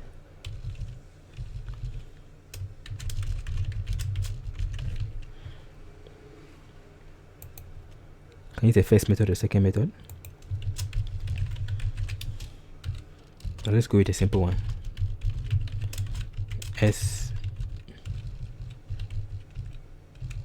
test best, and then Y test best. Let's see whether it's going to give us something better.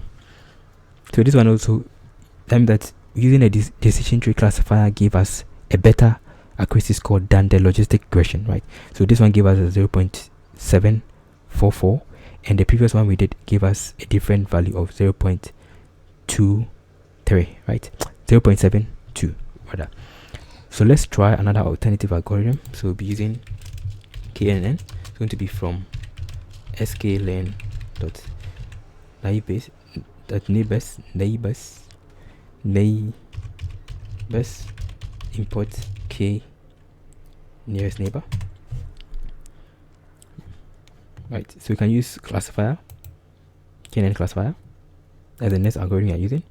Then do the same approach that we did, which is going to be KNN, going to be my option, right? Where K, so KNN, so where K is going to be the particular neighbor that you want, right? The distance. So neighbor, this is going to be the parameter you are supplying. Then I'll set it as 3, it can be 3, it can be 4. Let's make it 3 based on how you want it to be. We're going to initialize it. Then we are going to fit our data sets to build relationship among them. It's going to be knn.fit, passing s train best, and then y train best. The naming can be changed, right? But I don't want to be typing a lot. Okay, perfect. So we are finished. Now we can also check for the score. So let's copy this one because the same thing. Copy this one here. So now we have seen how to use different algorithm to help us with that, right? Different algorithms to help us with that. So KNN 3. Let's see whether this is going to give us better. So both the KNN and then the decision tree gave us almost around the same thing, but the logistic regression was low, right? So that is something very interesting, something very simple that you have done. Now let's see how to save these models, and then later on we're going to see how to interpret them. You can do it any other way. So let's check out to save them. So saving the model is the same as serialization, right? In serialization we can use packages like pickle. Can you use joblib? Can even use numpy or JSON, anyhow you want it to be, or array, numpy, JSON, which is not the best. Array, right? Array format. There are several formats that you can use to save or serialize your model. So we'll be trying to see how to save it. Then later on we'll see how to interpret our model, right? Because we're using this saved model to help us during our deployment, right? So let's check it out. So how do we do that? How do you do that? But before we do that, I wanted us to, maybe we'll do that later. Let's save it first, then we'll come back to that. So Professor be using joblib to help us with that. You can, whatever I'm doing, you can also use pickle to help you with that. But joblib is better. So it's going to be import joblib. Then from here, I'm just going to give it my model file. Right, then I'm just going to open it. So open the name of the model. So we have my logistic regression model.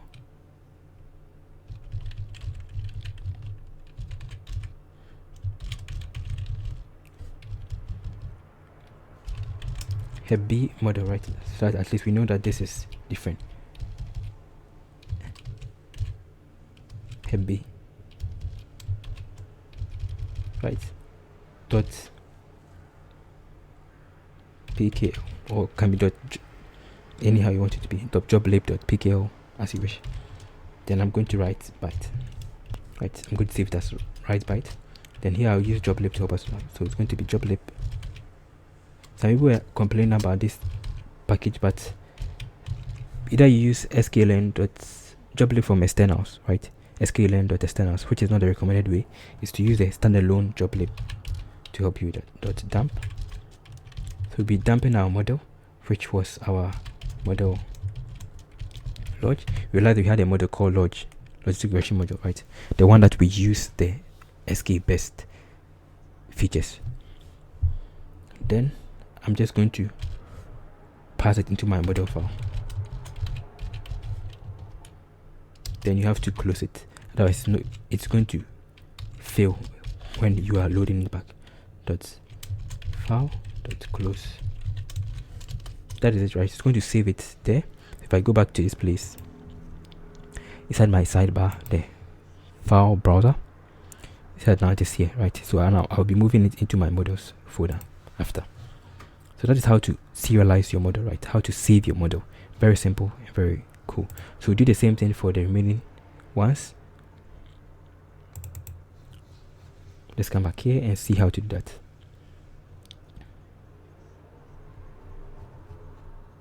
My ID is idle. Okay, that's the first one. So let's try it for the classifier. So this is going to be for the classifier. This is also going to be for the other ones, right? As many as you wish. So this is going to be model file, and then let's call this model file 3, right? We can just call this KNN. Put the KNN.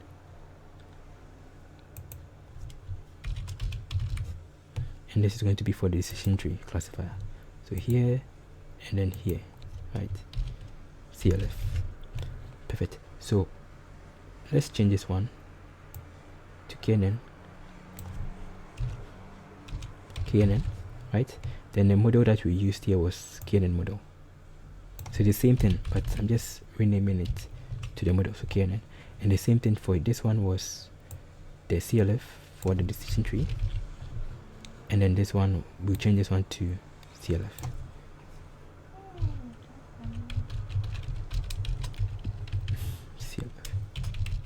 Right, so that is how to save your model, right? Very simple and very interesting. So let's make sure that everything is as expected. So everything is as expected, right? So we are opening the file, and then we are dumping our model into our file, and we are closing it. And the same thing is going to be for the next one, right? The rest, right? Very simple, very nice. So I've seen how to serialize our model, right? Very simple, very nice. Now in case you also want to open it, you also use the same option. You use load, the same option, but you use load instead of dump, right? Very nice. So let's move on to what I wanted to show you apart from this one. So most often when you use decision tree classifier, right, there are several ways you can interpret your model. So one of them is using this particular option. So let's check it out. So this is going to be the next session of interpreting our model and then evaluating our model, right? So this is what we're doing. This one is going to be interpretation.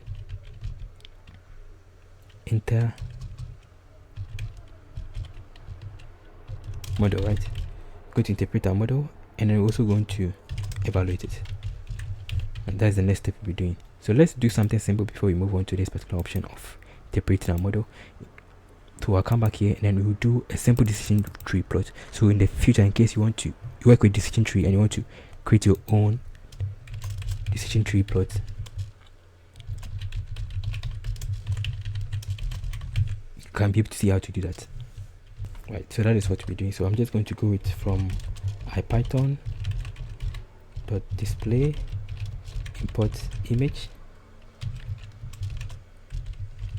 Then I'm going to from sklearn import tree. I don't even think we'll use tree, but let's import it.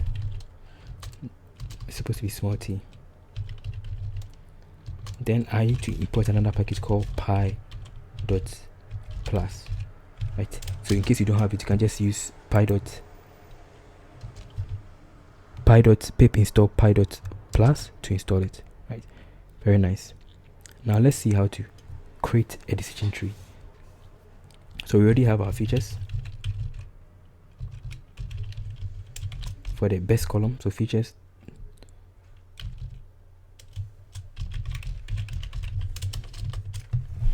which was this, right? Very interesting, right?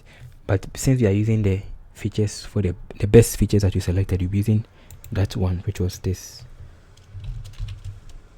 right? I don't remember. I think it was this option, features best. It's features best, right? So that's what you're trying to use. So we'll be using this particular same stuff to help us get our column names. So I'll copy this one here for our feature names.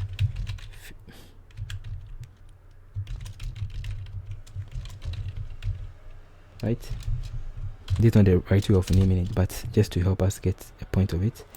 Perfect. And then the next thing we'll be doing is that we get our target names. So target names, the target name we have is, we have die, either the person is going to die, or based on the parameters the person is going to survive, right, and live. So let's see how to build a decision tree. So it's going to be creating a dot plot. Create a dot plot, which is going to be this option. So dot data, going to be tree, the one we imported from sklearn dot export. You also need graph-vis to help you with that. Graph-vis, supposed to be graph-vis. Then I'm going to pass in my classifier, which was the CLF, the decision tree classifier. Then my out file is going to be set to none. Then the next thing I'll be doing is I'll be supplying the feature. Can't spell feature. Feature names is go to my feature names best. That is a bad way of of naming it something. Feature name best, and then we have our class name. Our class name is going to be our target. Did you see that I spelled the target wrong? Yes, target names, not target.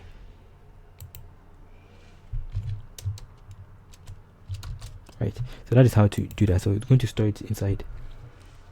So we are using decision tree, right? From tree we are exporting graph-vis.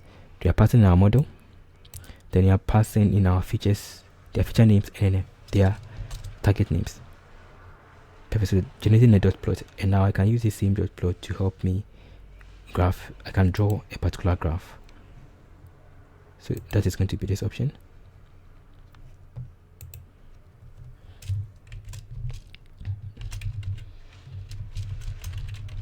So be drawing the graph. It's going to be my graph.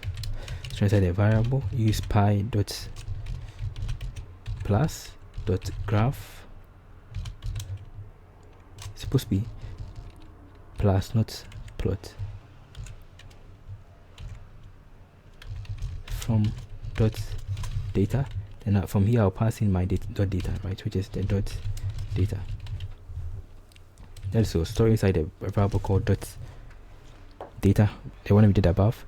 So inside another variable called graph. Then the next thing we'll be doing is that we'll be plotting it out.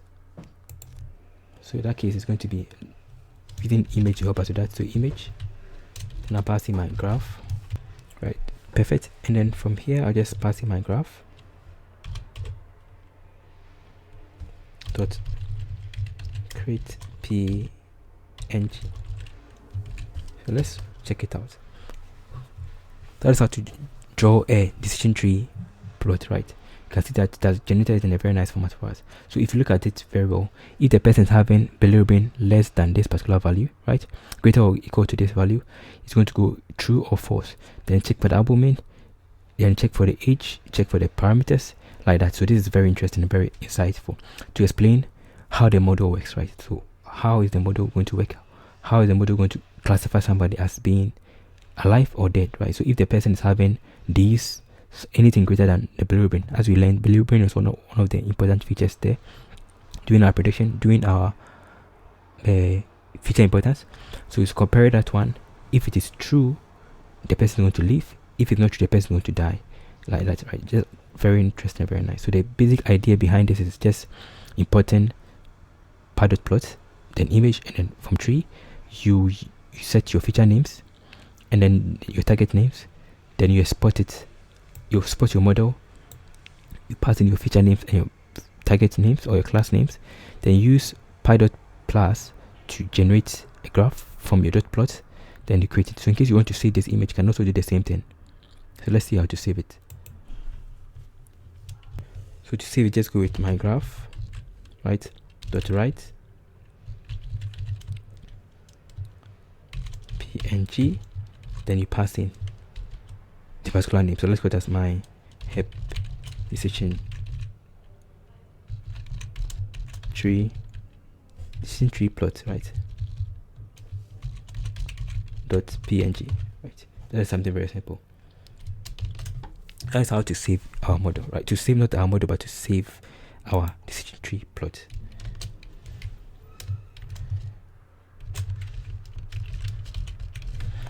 Very nice. So we have seen a lot. Now let's move on to very fast on interpreting our model, and then move on to evaluating, right? You can evaluate before you interpret, you can interpret before you evaluate, and you want to do.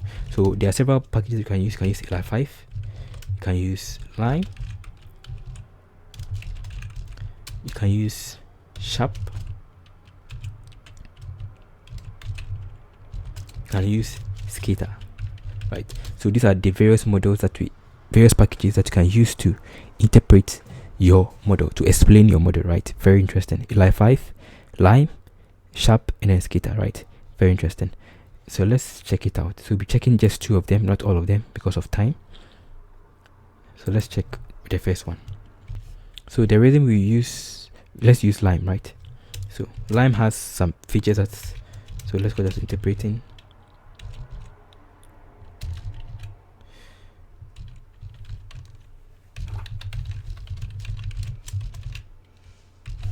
Right, so Lime is powerful.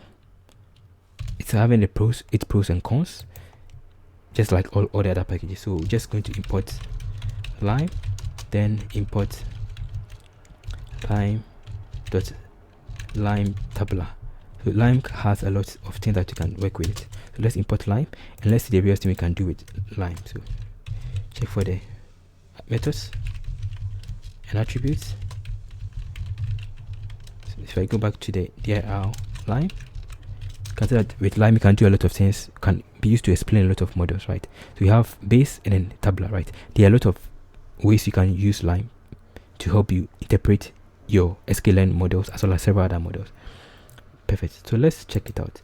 So the first thing we need in working with Lime, that you need to be able to get your feature names, your class names, then you're going to create your explainer, which you have create explainer, right? We have Lime explainer. So we have several explainers. We have the tabular explainer, which is really good for tables, right? You also have the tree explainer. We have the test explainer for test. We also have another one for the image explainer.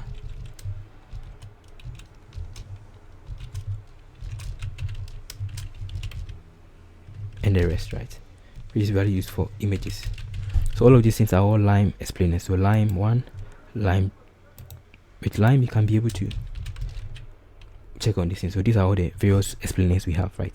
So let's check how to work. Since we are working with table, right, we can use the tabular explainer to help us with that. So I'm just going to create that one now. So we already have our feature names best, right? These are the best ones. So this is the best one, right? Then we also have our target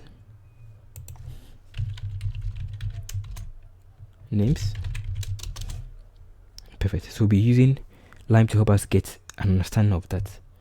So let's check it out. So it's going to be something very simple. We can just come back. Let's make it in a nicer format, right? Instead of doing it like this, let's go it this way. Right, let's go to class names. Then from here, because that's die was 1, and then life was 2. Right, something simple. Now let's work on it. So first of all, we're going to be creating our create explainer. It's going to be my explainer. It's going to be lime tabular. You have lime tabular dot lime explainer. Lime explainer, lime tabular explainer. Right, perfect. Then I'm going to pass in my s train b. We are using the best one, right? Remember that you're using the best one. Dot values. Then the next one is going to be the feature names, right? Feature names. As I am sure the audio has been going down. Apologies for that. Which is going to be my feature names best. We will have this feature name best, right? This feature names best. I'll just call it as feature names. Let's break it down.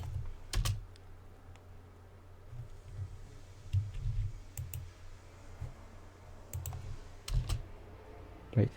Then the next one is going to be the class name.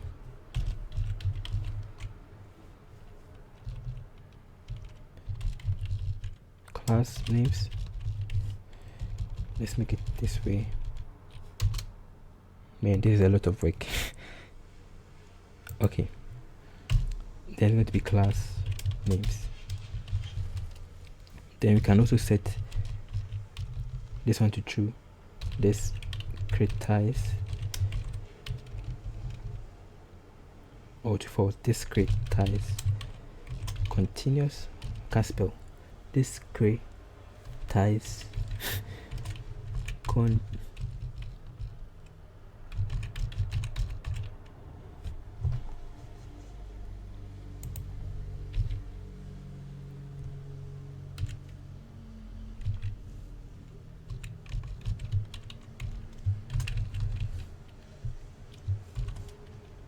right.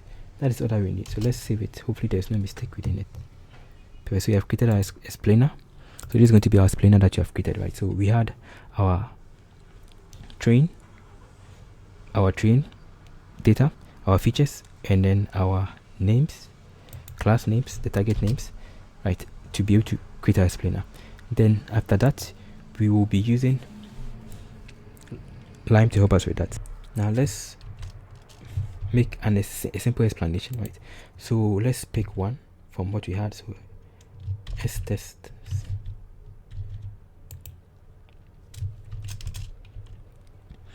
Remember that previously we used the test one to make a prediction, right? We used this particular model, which was the model logit dot predict to make some predictions some far away, which was this S1. I don't know whether you remember, there was this S1,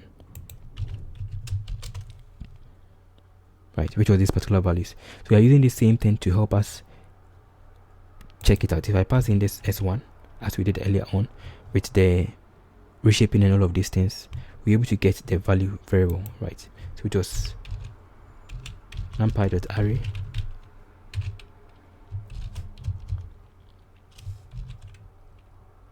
dot reshape, which was 1, and based on our prediction, this person was alive. It gave us an error.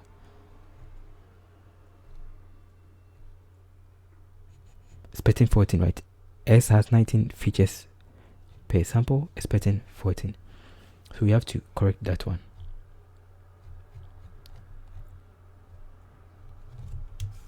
So it's giving us an error. So that's what I was talking about. So you have to make sure that what you use to train your model is the same thing you use to do your prediction, right?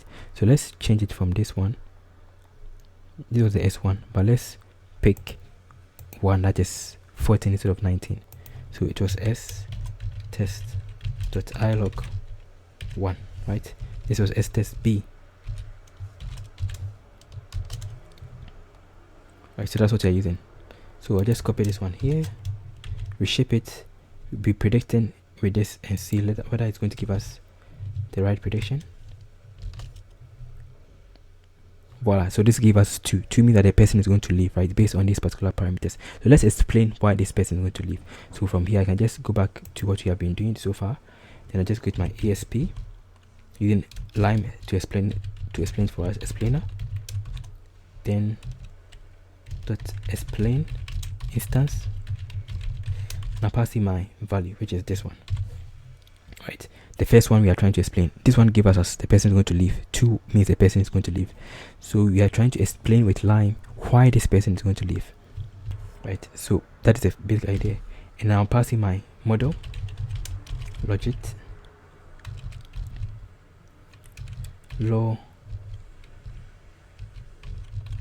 logit, right, dot prober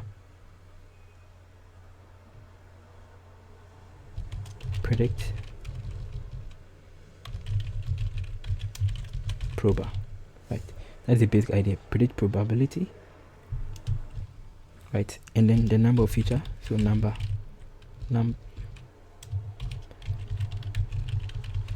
of features here for this one was 14, right? Then I'm just going to see a particular label. So top labels, you can set it at 1, you can set it as 10, anyhow you want it to be. Let's make it as only 1, right? Going to create it perfectly for us. Hopefully it doesn't give us any error. Store it inside this particular variable called ESP.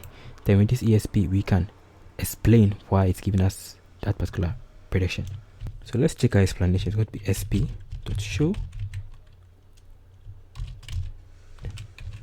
in notebook, right? Show a notebook. Then I'm going to say show table. It's go to true, and then this one is going to be show all. Let's go to false. So let's check it out. So we'll be allowing Lime to explain this black box model for us to help us know why it's giving us this particular prediction. So based on what we did, the person was going to leave, right? The person was going to leave. So why is the person going to leave? So from here we can see that it's giving us 2 different colors because we have 2 different target class. So we have the blue and then the orange, right? So the blue means the person is going to die, the orange means the person is going to leave, and it's giving us as 0.82 probability that the person is going to leave, right?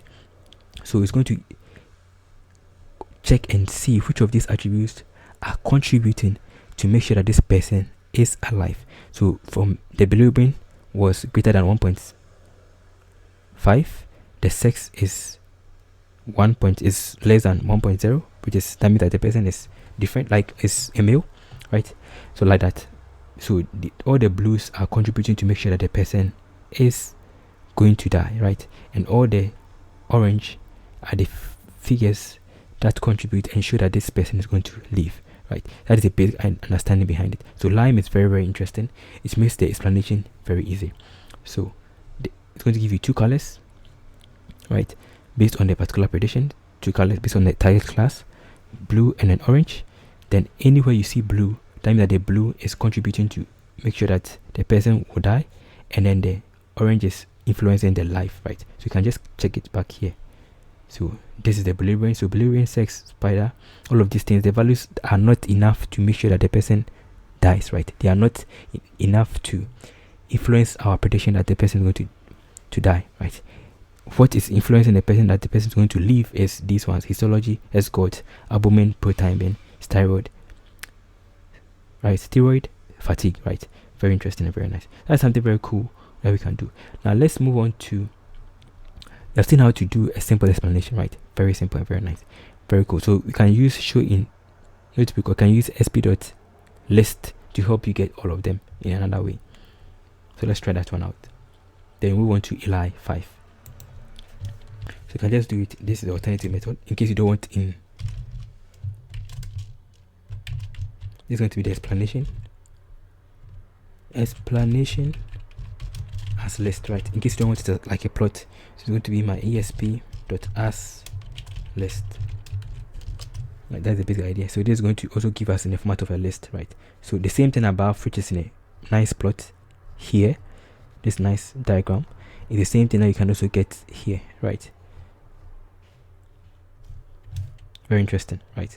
Right, very interesting and very nice. So let's move on and see how to use Eli 5 to help us with that.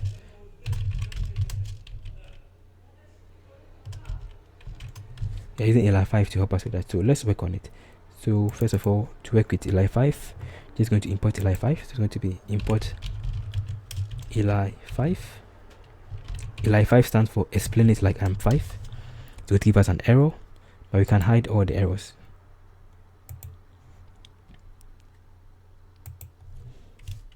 Right, it's giving us some errors and all of these things, but we can hide our errors to make it interesting, to make it better. Let's go with the import warnings.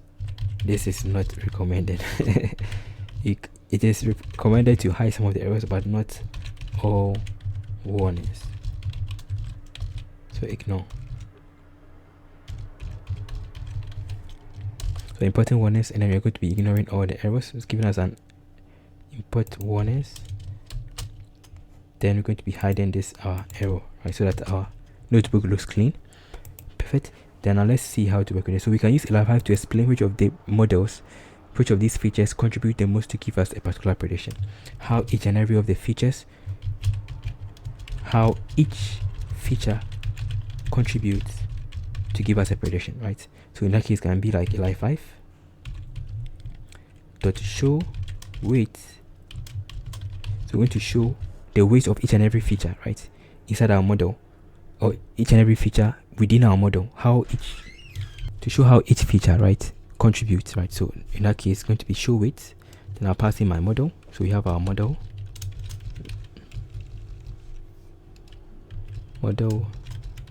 budget, right? Then I can just go with my top. Let's say I want top 10, right? So we can use Li5 to help us with that. This is the first step, right? So this is how it's contributing, but you see that these ones are not giving us good names, right? These are not giving us good names. So to get the actual value here, we can supply the target name. So that is going to be this option. Right, so in that case, I'll pass in my feature names. It's going to be feature names best, as we did above. Then we can also go with the same thing we did, like the target name going to be class name, right? So that is something interesting. It's giving us an error. Let's fix the error out. So the error it is giving us is like unexpected feature name type, right? So let's correct it, because see how we got our feature name, we just use the index from pandas to help us with that, which is not the best. So let's rename it again. If I check it back, this was the index, right? This isn't the best, so we just need to get only this one. So let's make it like this. Perfect.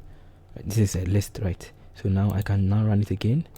I was going to put it and assign it in the right place, right? So we know which and how each of these features weigh to give us the option that the person is going to leave, right? So these are all the individual weights that's going to show that this person, if the person is having these particular features, this is how it's going to weigh to push the person to be alive.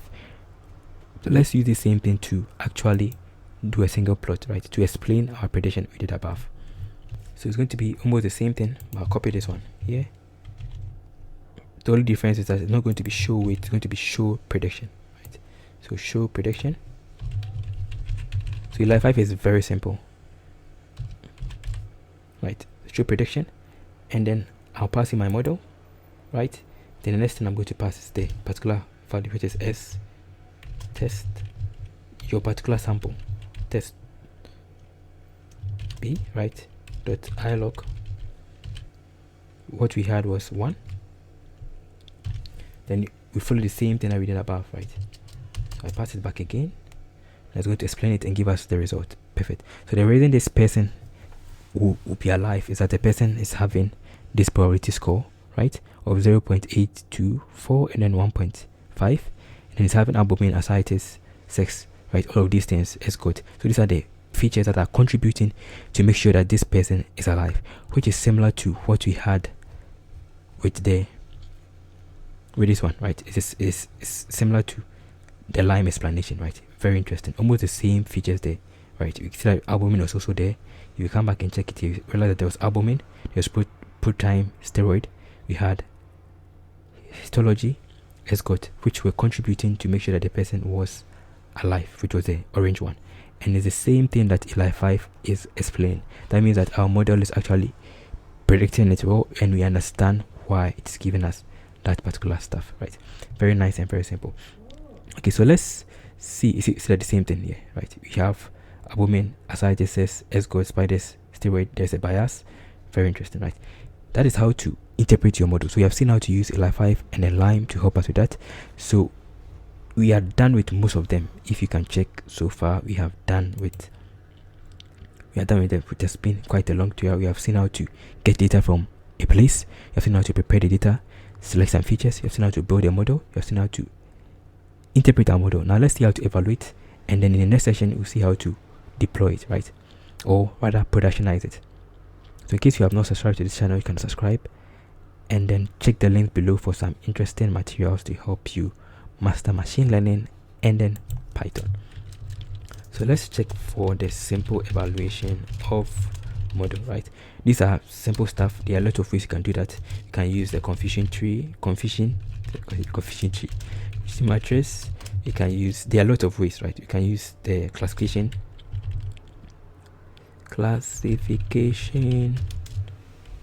report. There are several ways, right? So let's try the simplest one. You can also use the accuracy score, which we have already seen, and the rest, right? These are things that can help us to evaluate whether our model is on track, right? To see what you are doing. So let's check the simplest one, which is the confusion matrix, not tree, and then the classification report. Right, so let's see how the confusion matrix is. So this is how it looks like. So it's going to be this image. We are checking for true positive and then true negative, right? Which of the predictions that the model is predicting are actually true, right? And then they are actually positive, right? That means that after the model has predicted, when we check, the person was actually alive. That is the basic idea.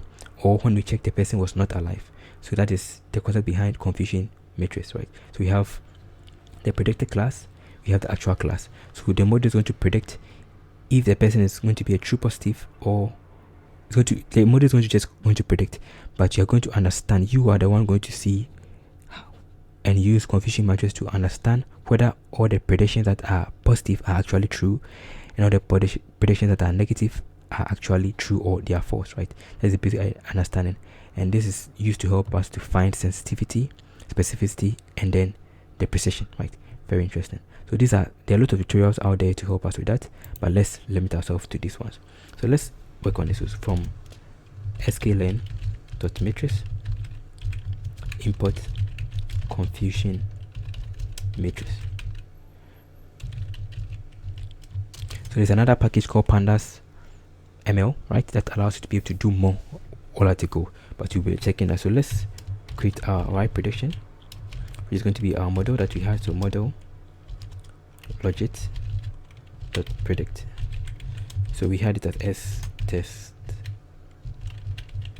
B. Remember the B here stands for the best, right?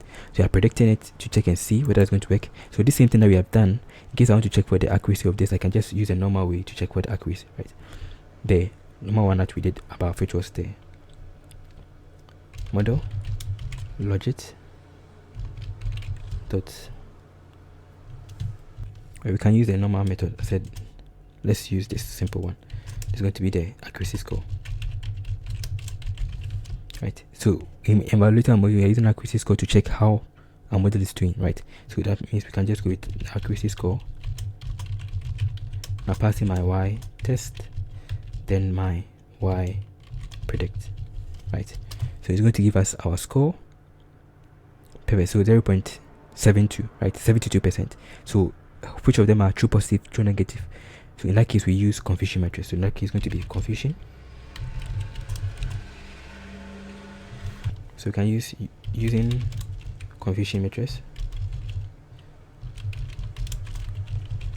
to help us with that. So it's going to be confusion, the one we imported from above, matrix, then I'll pass in my Y test, and then my Y predict. If I pass in my Y test and Y predict, it's going to give us the result that we need. Perfect, right? So very interesting, very nice. But this is not nice, right? This is okay, it's informative, but this is not nice. So this is just compare this one to this, right? but with you can also plot it out to make it better. So let's see how to plot it out. So let's plot it out. The plot is going to be useful, right? This is important, but you don't know which of them is how do you call it, actual or predicted class, right? They are just giving this particular value 1, 2, 3, 4. So we use the same thing to help us with that. So in that case, it's going to be something like this. I'll just go with from sklearn dot metrics. This is a recent feature, so which allows us to be able to plot confusion metrics, right? So we'll be using that one from metrics to help us to plot it. So the same thing we did, instead of you using this one, right, we just go with the same option, copy this, plot confusion metrics, then I'll go with the SY. I said SY, Y test, and then Y predict. So this is useful. Without this, if I take off this one, this is going to give us the normal one that we have. But to be able to plot it, you just pass in your model, right, and then your S test. So that's automatically going to train it. S test B, and then the Y test B. Can also add the names to it. Right, perfect. So if I run it like that, now it's going to automatically tell you which of them is the predicted, which of them is the true, right? Very interesting and very nice. So you see that is how to do the simple plot, right? Just as above, just like this. True, TP, FN, FP, TN is the same thing that is being shown here, right? So for the true labels, so we have 2, right? True, 2 for the true, and then this one. You can also add a class to it in case you want, right? That is how to do that. So in case you don't want this one and you want to calculate the specificity and all of these things by yourself, you can just take the same thing we have, right, and then store it inside a particular variable. So in that case, it's going to be like this. Let's see, TP, TF, FN, TN is equal to this, right, dot ravel. So if you go with dot ravel, you can also get it out, and then you can use it to do your own calculation individually, right? So if I go with TP, so this is going to be my true positive, right, which was 2, which is referring to this particular 2 here, right? So that's another way you can also do it. So that is how to work with confusion metrics. Very interesting and very nice. So how do you calculate the specificity, the sensitivity, the recall, and all of these things? That is where you use the classification report, right? Or you can do it yourself by what I've done here. You follow the formula, you take all of these things, then you follow the formula and do it one after the other, which is a lot of work, right? But you can do it if you have time. So let's move on to the classification report.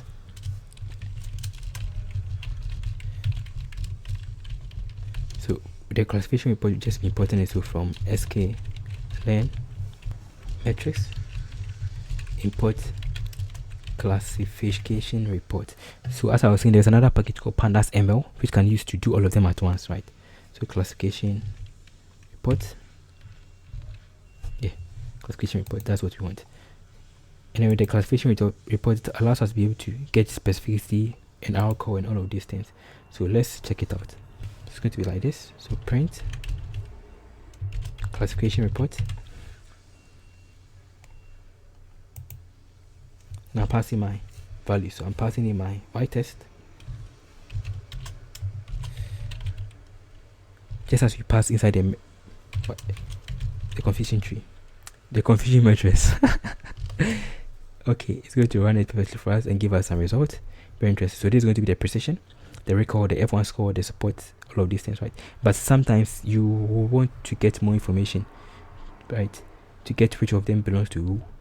That is where you can use the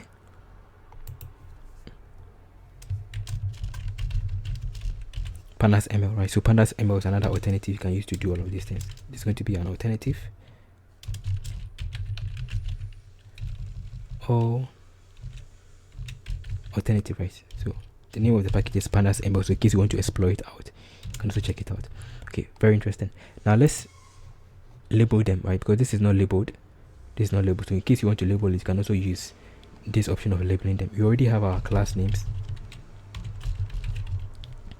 which was die and leave, right? So you can also supply that die and leave to label these ones. So I'll copy this one here, and then we move on to die and leave.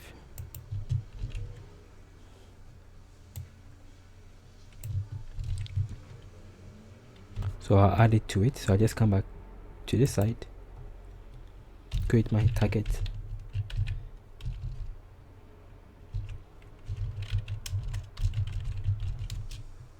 names, I'll pass it there, right? So now it's going to make it in a nicer format for us. So die, this is the precision, and the precision, as we learned, is this particular value, right? This precision, and then we have specificity and all of these scores. Very simple, very nice, very cool. So that is how to do this stuff. So we have done a lot. We have started from beginning. We saw how to fetch our data from scratch. We saw how to prepare our data, clean our data. We saw how to select some features. We saw how to build our models, interpret our model, evaluate our model. So the next session, we'll be trying to see how to use our serialized model to build something useful for us. So thank you for watching this long tutorial. In case you have any question or contribution, you can just put inside the comment section below. Thank you very much. Thank you very much. But let me show you what I meant by the Pandas-ml, right? In case you want to get everything together. So you can just do it in this particular format. Just import it. It's going to be from Pandas_ml. Import confusion matrix, right? That's what we need, right? Then from here, you're just going to create your CM for your confusion matrix, then confusion matrix, and you pass in your true values or your predictions, then your predictions, right? So in this case, this is going to be my test, then my y prediction. Then from here, I can just go straight away and go with my cm dot print stars. See what I'm doing? cm dot print stars.